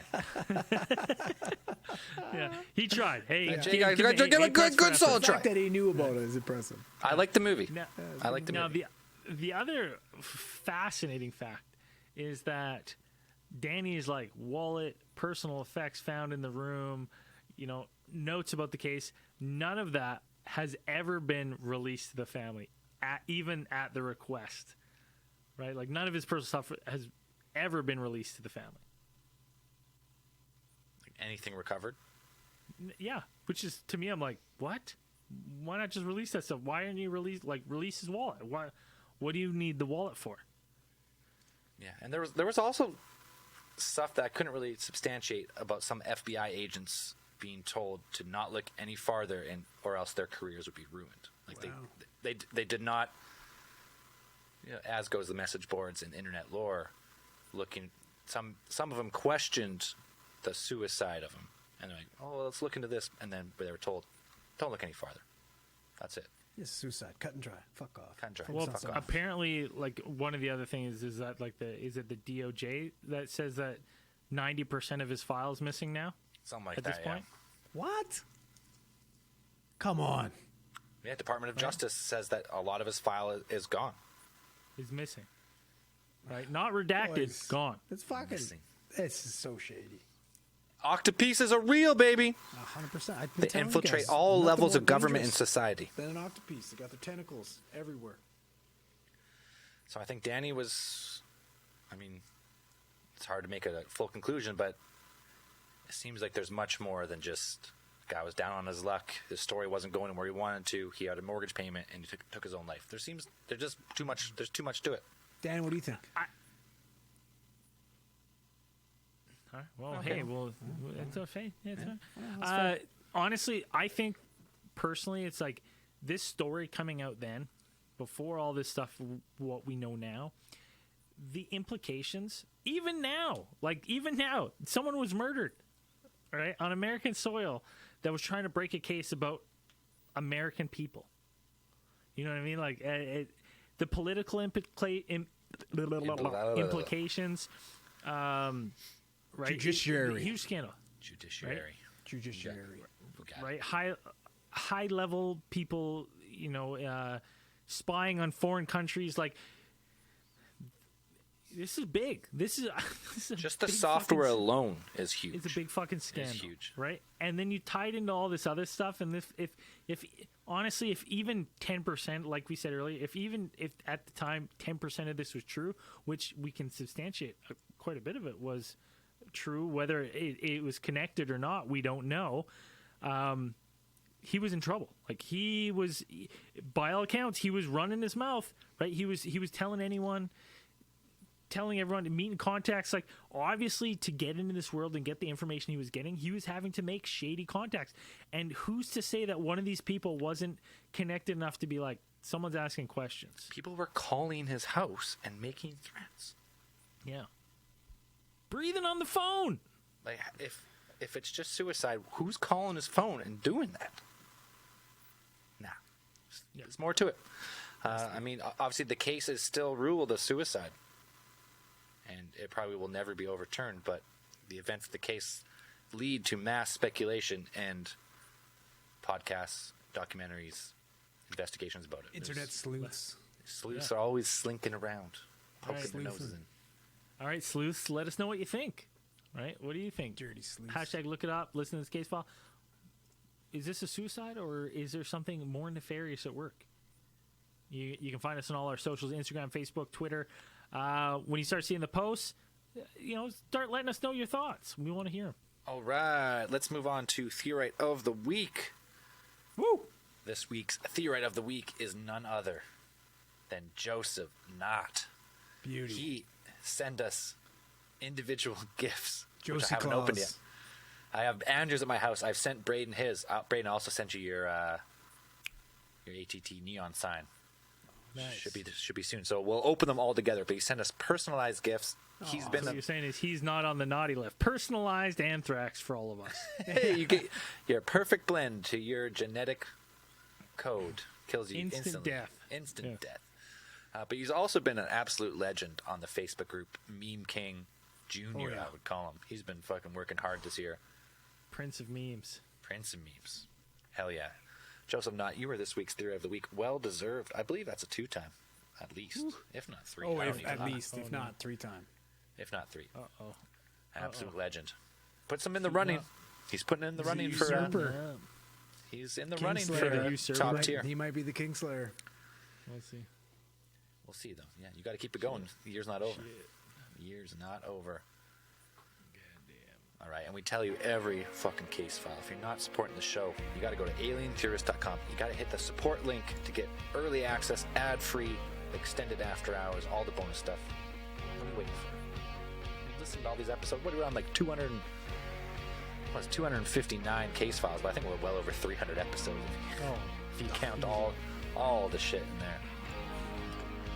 It's this week's newest supporters. We got Brick, Josh, just Brick, just Brick, Brick, Tamlin.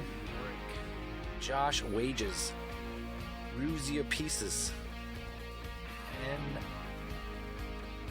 NZ Skunky Butts, Cody from Manitoba, Wait, what?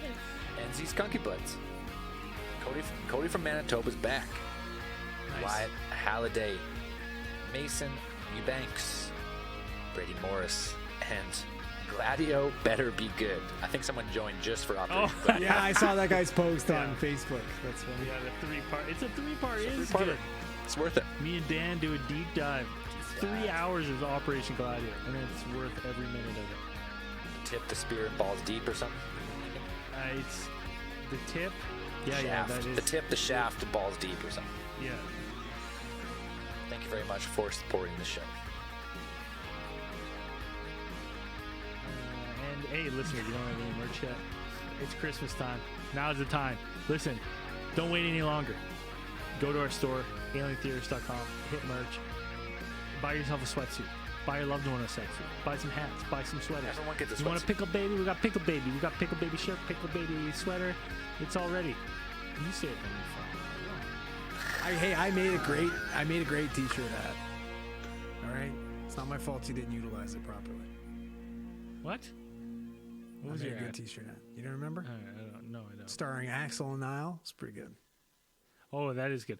Yes, so head to our store, get it. Anyways, the theme song's running out. As we say at the end of these things, keep those eyes on the skies.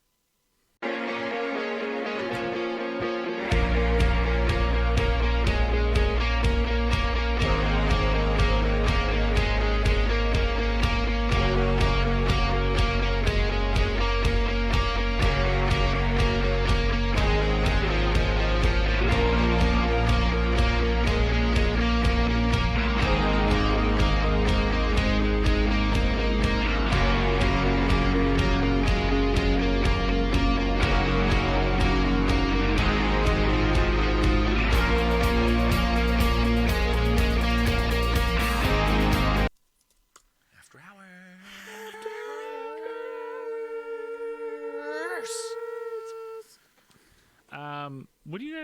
What do you got against baths? Who, What? me? You. I discussed it. We discussed it in I great talked detail. about it. There was In great laughs. detail. Oh, it's It just was a good. shit. Yeah, Like just a you little legit, fucking for jokes dink aside, you floating never. in the water. Oh, buddy. That, and I'll be honest with you, I love having a soak. Listen, I don't know what it is. Hot springs can't get me out. Have a great time in hot springs. Hot bath, hot tub. I'm in there for 10 minutes. I'm like, I can't do Really? this. I can go in a hot tub for 4 hours. Can't. Yeah, No. that's true. I'm I can go to a hot tub for a 42-degree hot tub. Like I can really be hot well. for 4 hours. It's not the heat. I don't know what it is with the hot tub, but within 10 minutes, I'm like sitting on the side with my feet in, being like, "Ugh." You gotta keep your hands out. That's the secret. "Oh, really?" If you can keep your hands out, like holding the beer and put one hand out. Hot you springs on the flip side. I could be in a hot spring all day. love hot springs too, 100%. But you just Yeah, hot can't really have springs those at different. your house. The longest I've ever been in a hot spring, Liard Hot Spring. I was in the hot spring for just about 8 hours. Where's Liard? Oh my God! Pardon Up me. north. We got wasted. There was like a whole bunch of court staff, and we couldn't make it all the way, so we stayed at the Liard Hot Springs Hotel, which is right across from the hot springs. And there's no liquor store it's the hotel's run by the First Nations in Fort Nelson, so they run a dry hotel, so you can't buy booze. Luckily, because I fucking knew we were gonna get stuck there. I just knew it. I don't want to say that I was like also was like we shouldn't go any further, but I knew we were gonna stuck there, so I bought a boatload of booze, and then it was like me, my friend Freddie, my friend Colin, some like other like coworkers of ours, and there was 5 of us, and we went and just got literally sat in these hot springs, and hashtag look it up, Liard River Hot Springs. They might be some of the nicest natural hot springs in the world. You've never heard about them because they're in the middle of nowhere. And at one time, they're so in the wild, someone got murdered by a grizzly bear at one. Oh, fuck that. A grizzly bear Thanks. came and snatched someone out of the Yeah, because it's fucking, it's people hot spring. soup. That's people Yeah. soup. It's people soup. Cooking them. Yeah. And it's about a kilometer walk in. You walk on this like boardwalk to it. It's spectacular. I'm looking at it right now. Does it not have like a built-in amphitheater? Huh? Does No. there not like something man-made there? There must be a version of it that does have Liard River Hot Springs. Yeah, there's like a wooden walkway they've built to it, and then there's like a little like a bathroom facility. With like There's no amphitheater, Well, yeah, but it has like stairs and railings going in. just on the one side, and then it's just stairs and railing into the hot spring. That's Yeah, it. like a big deck though built. It's not it's not just you don't walk to a river and just jump in. Yeah. It's not like you're like in the middle. It's Okay. but it's like once you're Yeah, there, it it's looks like it's super all nice.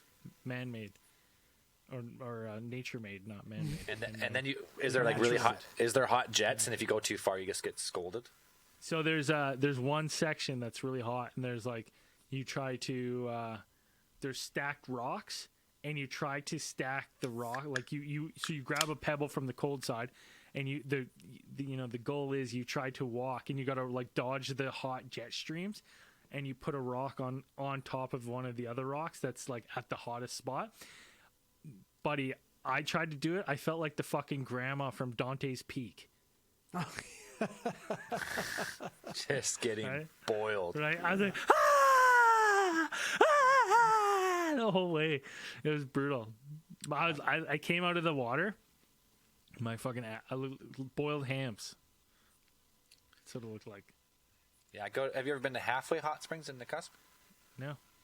It's kind of something similar. Smaller, though, judging by the pictures. But same type of thing. You walk down. There's like a little bathroom facility, and then there's just a bunch of man-made... There's the river where there's like the hot spring comes out, but they've piped it into other pools as well. Oh, yeah. But the river is like where the actual hot spring is. And during like the spring when the water's really high, it's pretty awesome. But when it's late in the summer, the pools are super low and it's way too hot. It's fucking boiling. So the Liard hot spring ones, we like, because I would be up there for work like year round. There was once in the middle of, it was like February, and it was like minus 40, minus 50. So like normally in the winter months when you run out there, you like God, you minus bundle 40, up. minus 50. Yeah, it's Yeah, ridiculous. and it's like Fuck that. dude, it's like a kilometer walk to get out there. So it's like you're like, and we would bring garbage bags, and you put all your clothes in the garbage bags, and then tie them, and then float your garbage bag in the spring, so your clothes stay warm. Warm. Oh, that's cool. Stay warm, and because literally you would get a out hole and in the like, bag. yeah. So then this time it was like minus 45. So we stopped. Me and Freddie and my buddy Scott, we went running out there. Dude, freezing. We went running out there, shed our stuff, put it in the garbage bags. We jumped in the hot springs, and we were like, the hot springs were like not, like they were like lukewarm. They weren't even warm enough to stay in. So we like jumped in. We're like, oh no, this isn't hot at all. Right? We're like, because there's not like attendants that work there or anything, right? So we're just like, shit. So we're sitting there like, we were so cold, and then you jump in this water, and you're like, oh man, we might be in some trouble here. We're like, okay, we got to run back to the truck. That's the only way. I jumped out of the water, and I went to throw my shorts off. My shorts flash froze. So as I went to go take my shorts off, by the time my shorts hit my ankles, they were perfectly stiff, just like bunk, like a brick. That's like hilarious. Perfect shape. And I was like, we were like, oh my God. So wait, you were in open air in minus 40? Yeah. Bare skin, and you didn't get instant frostbite. That's really cold. Yeah, it would. Well, we had I had my big old winter jacket and stuff, like the Helly Hansen. I had like a big Helly Hansen jacket. But then it was like I was just wet. And you know how hard it is to quickly dry yourself off? So you would dry off your upper body. We would put our clothes on, and our lower half would still be in the water. Then you'd get out of the water and try to dry your lower half off and throw all your stuff on. But it's like you're cold. So now we're running back, and it's like uncontrollably shaking. There's not as a you got fucking back. tea in China. I thought I was gonna die. I honestly thought I was gonna die. Fuck that. It was the worst time. Minus 40 is when hot water instantly freezes. If you throw it in the air. sucked. When all those videos, what you see people throwing hot water in there, instantly frozen, turns to a condensation trail. Yeah, it was not a hot spring at all. It was a lukewarm spring, not even warm spring. Awful. Heat's just getting sucked out of it. Yeah, dude, it was brutal. Sounds awful. Now, anything after minus 15, I don't fuck with that. That's too cold for me. Nice, stay home. Unless I will go snowboarding if it's minus 20, minus 25, if it's a powder day. I will go out. But you have it just sucks because you have no open skin. Because if it's minus 25 and then you're going down the hill at 80 kilometers an hour, Oh, you're dead. you're frozen. One little piece of nose is out and it's instantly red. 2 hours frostbite. Sounds Toast. horrible, man. Fuck You gotta that. chase the powder where you can, but the good thing about Big White is it does not get that cold that often. So If Kelowna had the capabilities of getting that cold often, I would not live here, or I'd be dead. no, it gets that cold for 2 weeks a year. That's it. Minus Yeah, 15. If any longer than that, I'd be dead. Yeah, it sucks. That's 2 weeks I stay at home all day. And Go to Kelowna's work not really and built. cry. The city of Kelowna, the houses aren't built for continuous minus 20 plus. Pipes start freezing. That's scary. If you have a mobile home or an old house with thin insulation, 2x4 walls, It happened to If Jess's you're living friend in a who mobile owns home, drive it away, home. man. Drive it somewhere warmer. Mobile that shit somewhere warmer. So big day at the house here. Big day. well, big week, I'd say. Usually, every morning, flip through the channels when it's me and the boy, and we throw on Disney Plus, and it's usually the same thing. It's PJ Masks, or it's fucking cartoons, whatever, find something. And we're flipping through, and he likes watching Spider-Man cartoons. Awesome, dig it. I'll watch it with him all day. But today he's like, no, Dad, I want that one. And he points at the fucking like live action Spider-Man. And I was like, buddy, I don't know if you're ready for this yet. You're only 3.5. Like, might be a little stretch. He's like, no, Dad, I want to watch that. And we watched it. And then we continued to binge both Spider-Man and the Amazing Spider-Man series. And this is the first time in years that I've watched the first 3 Sam Raimi Spider-Mans and then the Amazing Spider-Man. And, I have to say, the first Amazing Spider-Man was actually pretty good. I was really hard on it when I watched it. This time I watched it. There's quirky things I don't really like. Andrew Garfield was a great Spider-Man, not a great Peter Parker. I don't know what it is. Like Willem Dafoe, amazing Green Goblin, awesome. I don't know what it is about Tobey Maguire. Him and Elijah Wood, I just can't fucking stand either of them. I can't fucking stand them. I can't watch anything to do with them. I hate they make Peter me feel Parker super. and Bilbo. I hate Frodo Baggins. I hate Frodo Baggins, and I hate his Peter Parker, right? But it just reaffirmed, like, I feel like Tom Holland took the best qualities from Maguire and the best qualities from Garfield and created his Peter Parker. See, I don't think I'm not that convinced on that. What I liked about Andrew Garfield's Spider-Man was that, the things I hated the suit. I hated the suit's awful. I hated the lizard. What I liked about Andrew Garfield was the way he acts in the suit. It's like he might be Tom the best Holland's portrayal Spider-Man, of Spider-Man. Yeah, Tom Holland's Spider-Man has the eyes so you get emotion from his suit's eyes move, whereas Andrew Garfield, his whole body, like when he's concerned, like he like body acts, so you know what his Spider-Man's feeling based on like his body's movements. That's what I always liked. But for me, his quirks, like his one-lines, his quips, perfect as Spider-Man. Great. His movements, great as Spider-Man. It's Peter Parker. What did Niall like? What was Niall's favorite? Peter Parker stunk. Peter Parker fucking stunk. That's what he said. That's what Garfield's swear word. Garfield's Spider-Man's too cool. Stunk. Garfield's Spider-Man's too cool, and that's what Niall said. Maguire's Spider-Man is just. Maguire's awkward. Peter Parker is just awkward and unlikable the entire series. He never gets past the fucking nerdy stage, which Spider-Man does. He evolves. Peter Parker Niall evolves. had quite the insight. You want to know my opinions on Spider-Man? So far, yourself. he really liked Amazing Spider-Man because he likes the lizard a lot. Yeah, like that's his favorite. that makes And sense. the fight scene between Garfield, Spider-Man, and Lizard might be one of the best fight scenes, other than when Spider-Man throws down with Mysterio and fucking Far From Home. They all suck equally, in my opinion. Yeah, right, buddy. We grew up on those first. No, I liked the very first Tobey Maguire Spider-Man. I thought it was great back in the day. Well, by the time we got to the third one, I hated the third one was Spider-Man 2 was okay. It was better than the first one. I will say one thing where I find might be perfect casting. Perfect. They might have fucking. They might like literally might. Don't say Eric Foreman as Venom. No, listen, Eric Foreman as fucking Eddie Brock fucking killed me in my soul. I've only ever seen Spider-Man 3 twice, and the other week was my third time watching it because I hated it the first time I saw it so you bad. said it 3 times. Harry Osborn might be the most perfect casted role in the first movie. Yeah, it's great. He was great. I think Franco was the perfect Harry Osborn. He Yeah. embodied Harry Osborn perfectly. Tobey Maguire can jump off a fucking cliff.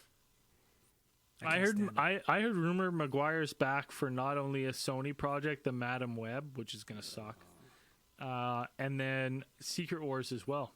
I think I don't know why they wouldn't bring fucking Garfield back. I think Garfield deserves another shot. He didn't even get 3 Well, movies. I think rumor has it is that from what I've heard, from what I've read, and this is pure speculation, is that Andrew Garfield will reprise his role as Spider-Man in Venom 3.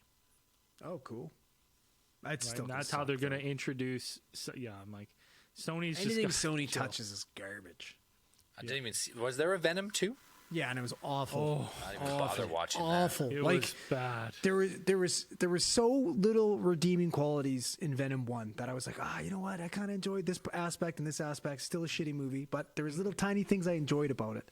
And number 2 just got rid of all that and produced one of the worst cinematic experiences I ever had.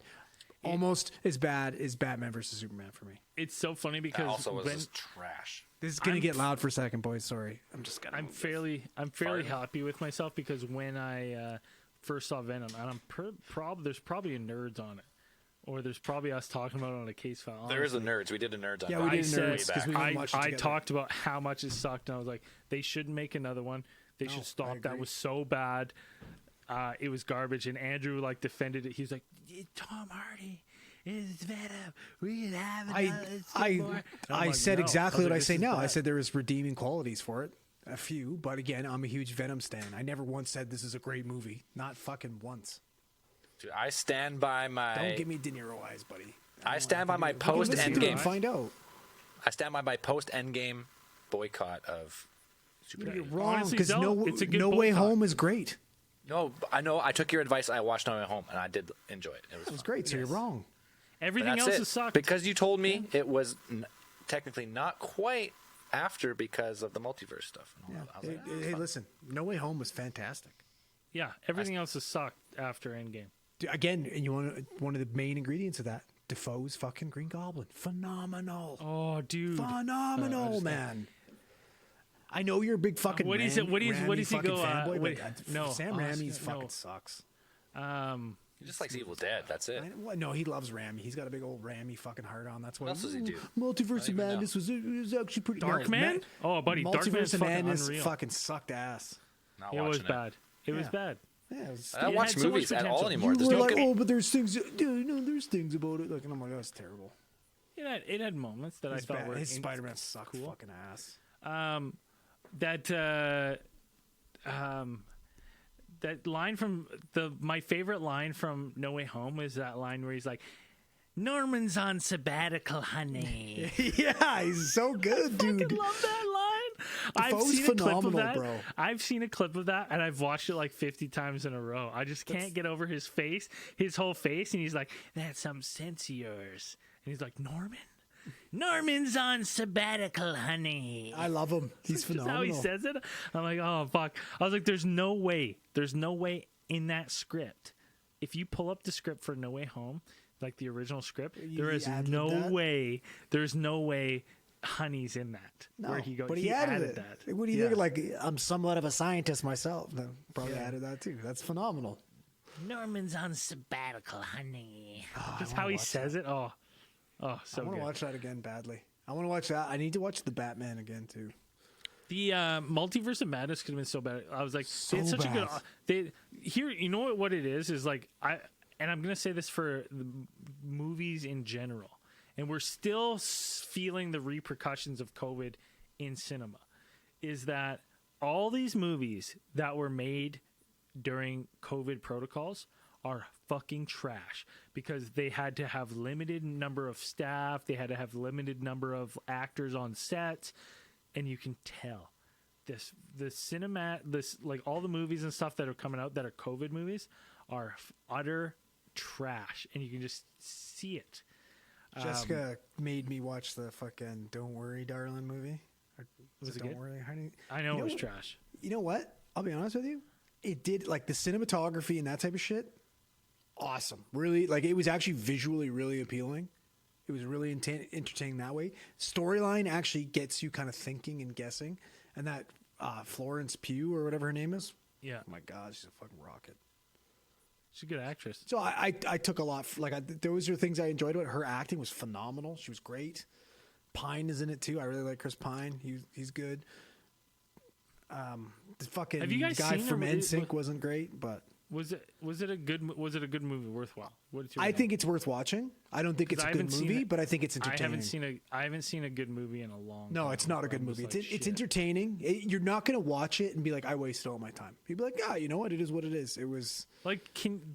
Just for. Do you know how fucking spoiled we were when we were like just graduating high school? Like this, was the peak. The movies. Dude, was the the movies peak. coming out that Every there was month. a year. There was Every a month. year where we got No Country for Old Men and There Will Be Blood within like 2 months of each other, and they were both for best picture. I'm like, both those movies are some of like the best movies of all time. They still Like, they're hold up. So Have, good. have the Coen brothers done anything lately, or is that the billboards outside? Oh, fuck, you know forget what? the name of I it. like was that good. name. That was a I good liked it. movie. There was Yeah, nothing wrong no, with that. It was just- good. It was good. But But I'll be honest with you, the last few things that the Coen brothers have made have been quite a bit better than that, in my opinion. yeah, But but dude, No Country for Old Men. phenomenal. When he's got that fucking quarter, he's like, "That's your special quarter. You put that away." Heads or That's tails? fucking- Well, I don't know what I'm calling for. What? It doesn't have to be your favorite movie, but what is your most rewatched movie? What's one The movie Big you could Lebowski. you could watch all the time, no matter what? The and it Big just Lebowski. doesn't- Big Lebowski. Zelf. I've seen that movie probably between 1,500 and 2,000 times. Not even lying. Really? And the There's reason no I way tell you you said that, 2,000 times. That's insane. listen, Come on. You brought listen, 200 times. when I You've first seen it 200 Zell, times. when I traveled with you, I had 2 movies on my iPod video, and it was The Big Lebowski and Super Troopers. And I got to a point where I could not watch Super Troopers anymore. Yeah, that's fair. So I just I get that. strictly watched The Big Lebowski. If we did a train ride, I watched Big Lebowski. If it's a 6-hour train ride, I watched Big Lebowski on repeat. Like, honestly, I just did. It's just a movie I can sit and just enjoy, like the intricacies of it. I don't think there is a movie I've watched on more than probably 10 times. Actually, no, that's a lie. I probably watched Jurassic Park 50 times. First Jurassic great Park was fucking so movie. good. The first Jurassic Park, Forrest Gump? I probably watched at least 50 times. I've watched Lord of the Rings series a bunch of times. I love them. I love the music. I love the atmosphere. I love it. Oh, dude, Lord of the Rings for me is almost a Christmas event where I watch it once a as- year. Yeah. Yeah, I do as that- we get I- into the holidays, I crush usually We do Harry Potter. Yeah, we do and Harry I Potter do in Lord of the December. Rings. Yeah. No, And, Harry Potter uh, never pulled me. I just didn't think it was very fun. I thought it was kind of dude. shit. To be Well, honest, did you read the books? Nah. The books to be were honest, fucking up great. until Probably the books are like probably the better, yeah. movies, I struggle with the movies up till the 4th one. Then I'm in. Then I'm in. The first, But, first few are not very fun. It's funny because after we talked about it on a case file a little while ago, and then Dan was talking about how well Tropic Thunder holds up, and then Tropic I Thunder is the best rewatched it. comedy of all time. Oh, dude, It's the best comedy of all time. You can't Dude, say that. I You'll be ju- canceled. I You'll be just canceled if you rewatched say it. Tropic Thunder's the best. So Buddy, funny. that is one of my favorite comedies of all time. That movie It is fucking so murders me. good. It is so good. I watched it start to finish. 'Cause I was like, oh, we were talking about how good it is. I haven't seen it in years. It's one of the greatest and I comedies watched of it all and I was time. like, holy shit, this shit is so funny, and it's funnier now than when it first came out.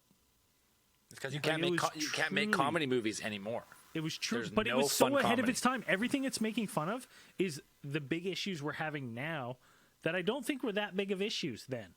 It's fucking genius. Probably What- was what- there though. What was that? 10 years Hollywood. ago? Tropic Thunder, something like that. At least. Yeah, at least maybe longer. Tropic Thunder. 2008 maybe. Ah, boom, 2008. You nailed it. Or did you already search it real quick? No, I'm just guessing. 28. Yeah.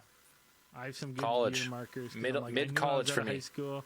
Because the first time I saw it, we went to was that trip we went to the Peony in the summer, and I think we all went and saw it. You didn't come, but like me and Zach and some other, we all went to the Peony. You went somewhere else though. I can't remember, but we went and saw Tropic Thunder. I think I before went the to Peony Sounds danced. of the Underground instead. Oh, awesome. Sounds of the Underground was unreal. It was awesome. I seen In Flames, On Earth. Unearth. Yeah. I think Trivium Lamb, was went there to too. Tropic Lamb, Thunder. Lamb of God was there. Yeah. I was like, I don't want nothing to do with it. Too heavy. No, fucking. I mean, I was out of my. Thunder's amazing. I liked metal back then, but I was like on the low totem, the low pole on the metal scale. When you go to those places, like, everyone there is ultimate metalhead. Sounds of You know, well, it was a big metalcore. Metalcore, fucking yeah, show. not Which straight is metal. great. Yeah, Yeah. that was my music I just for don't, you know, 5-6 I just years. don't have the like. Honestly, I feel like when you listen to those kind of genres of music, you got to change your whole lifestyle. You know what I mean? And I'm just like, You don't. you got to change your clothes. You got to. No, you know you what I mean? don't. Like, What it do seems like a I- whole. I still to-do. listen. I still listen. You to got to metal wear regularly. jean. You got to buy jean vests and get patches and. You know, I you gotta never do all got this a patch stuff. in my life. I got Right? jeans See, and it's the same reason I patches. don't. I can't. Like, I'll never listen to country because I'm like, it just seems like it's too much of a to do. To Really? be like a fan I of think this it's kind of even music. easier to put that. You just don't listen to it because it's bad. Yeah, well, that too. But that's the same reason I don't listen to metal. No, that's not Hey, true. whatever Take you that can, back. whatever you say about metal, I understand why people don't like metal because it's hard to get into. Because there's dumb people out there. That's But I only like stuff I can slap my thigh to and sing along. the metal musicians Soft are the rock, greatest musicians to ever grace this since planet. classical musicians. Literally since And classical better. musicians. They're better than them. I bet you take some of these fucking metal guys that play Mozart on a 7-string or 8-string guitar. They're better musicians than Mozart himself. Yeah, I wouldn't- But just because I hope it's so. all He's been like, done. "Oh, shred, Around, buddy. what, They are." 300 Oh years my ago? god, they're so fucking good. Every time you see one of those metal guys playing 7-string guitars and sweeping arpeggios over all 7 strings with 8 fingers tapping, I don't know. It's impossible. I don't even know how you get that good. It's The old impossible. arthritis would kick in, and I'd be like, Oh man, like I can tap solo and I can do some sweeping arpeggios on 3, maybe 4 strings, and these guys are doing on 7 or 8 strings so fast, and you can't even comprehend what they're playing. It's impossible, and that's why it's not fun to listen to because you can't groove to it. You have to sit there and concentrate on what they're playing. Like, holy fuck, this is insane! no, it's awesome. It's awesome. Yeah, it's great. It's awesome. Like I said, too much of it to do. I don't play metal anymore, but I 100% appreciate the skill of metal, especially metal drummers too. Oh my Oh, god. dude, that fucking double kicks, man. Like those guys, there's no fat metal drummers. There can't be. I think, to be Can't be. honest, It's impossible. Can't be. I will say this: the most of the metal that I've ever liked is instrumental metal. Like who? I think maybe it's the singers that ruin it for me. What? Like screaming. Well, you don't like Yeah, I scream, can't stand but there's it. Yeah, I don't melody like too, it. buddy. Like they get into some band that So scream it's like and have some melody. I too. remember I liked some like heavier like instrumental bands where I'm like, I like this. I like the heavy, but I'm like, Well, in every as soon as sports someone's highlights, it's all. And every sport highlight, it's all metal guitar, like metal behind, but there's no vocals. yeah, that's Like great. they always do like little compilations of fucking metal instrumentals. Yeah, it's great. It's fucking vocals awesome. was what puts it over the edge. That's when you're like, oh yeah. But that's also, as far as vocals go, screaming like that is probably the hard to hardest do. thing to do. Without blowing out your voice, like learning Oh, how to do it big from time. your stomach and Oh, your yeah. diaphragm. Oh, like, yeah. Even Yeah, if so even to much learn how to talent. do it, even if you do it properly, your career as a vocalist is much shorter than if you're just singing. well, so many guys. Well, end up, and like, that's because no phasing one it out, likes right? music. Yeah. Look at M Shadows. Like M Shadows had to switch it up. Matt Heafy from Trivium had to fucking go a little bit lighter on the screaming too. Like it's hard to have a 'Cause long. it's not a career. natural. Hey, do you like, still have voice. like one of your old EPs though when you were like undergoing Identity? I don't think so. I think that all stuff all died with MySpace. Too bad. I wonder if I you have. checking? You Yeah, I'm checking? checking. It might because it was on MySpace for a while. Yeah. I wonder if it's still there.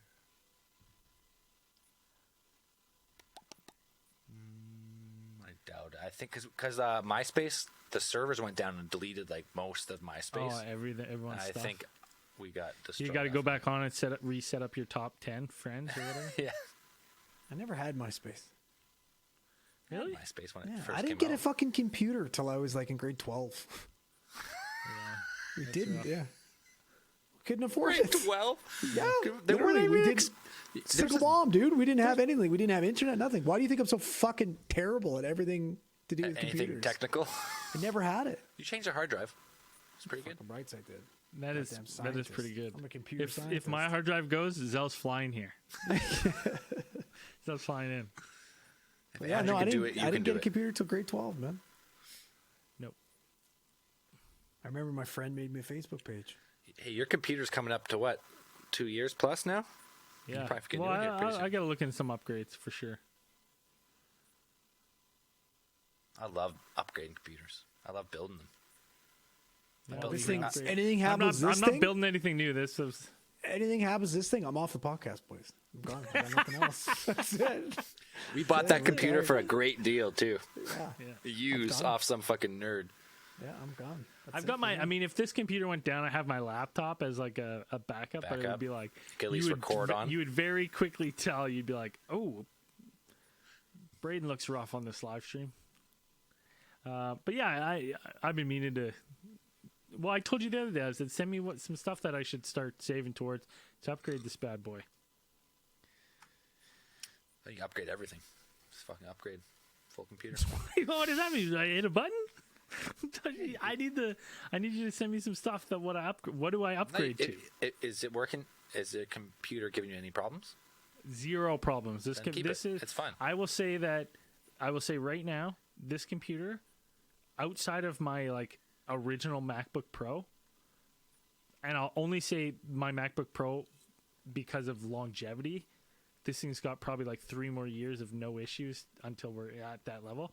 This thing has given me absolutely zero problems, other than the time my cat jumped in the back and fucked up all the wires. But that's not a computer issue; it's cat issues. You know what I found out, Braden? What? So you had some clicks and pops on the last Sports Conspirators, the one we did together. Yeah. The Conspiracy Corner or Conspirators Corner. I was like, I'm just going to check. So I pulled the Riverside audio Yeah. of you, Yeah. and there was no clicks and pops, so it must be Pro Tools. What? Yeah. What a think fucking so. conspiracy! Yeah. It's only, Holy fucking fuck. makes sense. Are you kidding me? Because there was like some clicks. There wasn't a lot. There was just a handful. I was like, I wonder. I'm just going to see. I was going to see if it's in the Riverside as well. Pulled the Riverside in, lined them up. No click and pop. That is unbelievable. That means that Pro Tools is doing that so you can't figure out what you do, so you end up buying the Pro because you're like, I got to Well, no, there's a new version. That's the old version of Pro Tools. Delete it. So I delete it? And there's get the another. new one? There's a new free version. Or just better use one. fucking Audacity. Audacity's Or use great. Audacity. I don't give a shit what It's you so use. it was so funny because I'm like doing test records and I'm like, I don't hear it. What the hell's going on? I'm like, I can never hear these clicks. Well, if you just did And five, then you'll like if you just send did, me the recording and I'm like, but if you're only doing 10 seconds of record, you're not going to hear it because it only happens once in a while. I've done like 20 minutes. I've done 20 minutes where I've played a song on my phone, like a playlist, and then come back and turned off and then listened through. Well, it might go for 60 minutes and no clicks, and all of a sudden it'll start clicking for no reason. So I did that, and I pulled it in, and there was no clicks. It's an audio conspiracy. So Riverside's taking your mic, recording it on the cloud, and Pro Tools is recording it and adding clicks. And adding clicks. Must be. Wow. That's all I can think of. That's No the other- that's the only explanation because I'm like, I cannot hear it on my end. So that's it. It's all a big money grab, man. It's Money all a grab. big money grab by Big Sound. Big sound. Big sound. So yeah, use Audacity or delete that version of Pro Tools and get the new version and see if it still does it. Yeah. All right, Okay. I'll try that. Okay, I gotta wrap this one up. Let's Yeah. wrap this one up. All right, that was fun. All right, Peace, thanks everybody. Thanks, everybody. We love you so much. Thank Love you ya. for supporting the show. Hope you're liking the new live streams. And sorry that Dan's just... Dan, you want to say anything? Dan? All right. Sorry All right. about Dan. All right. Peace. Peace, everyone.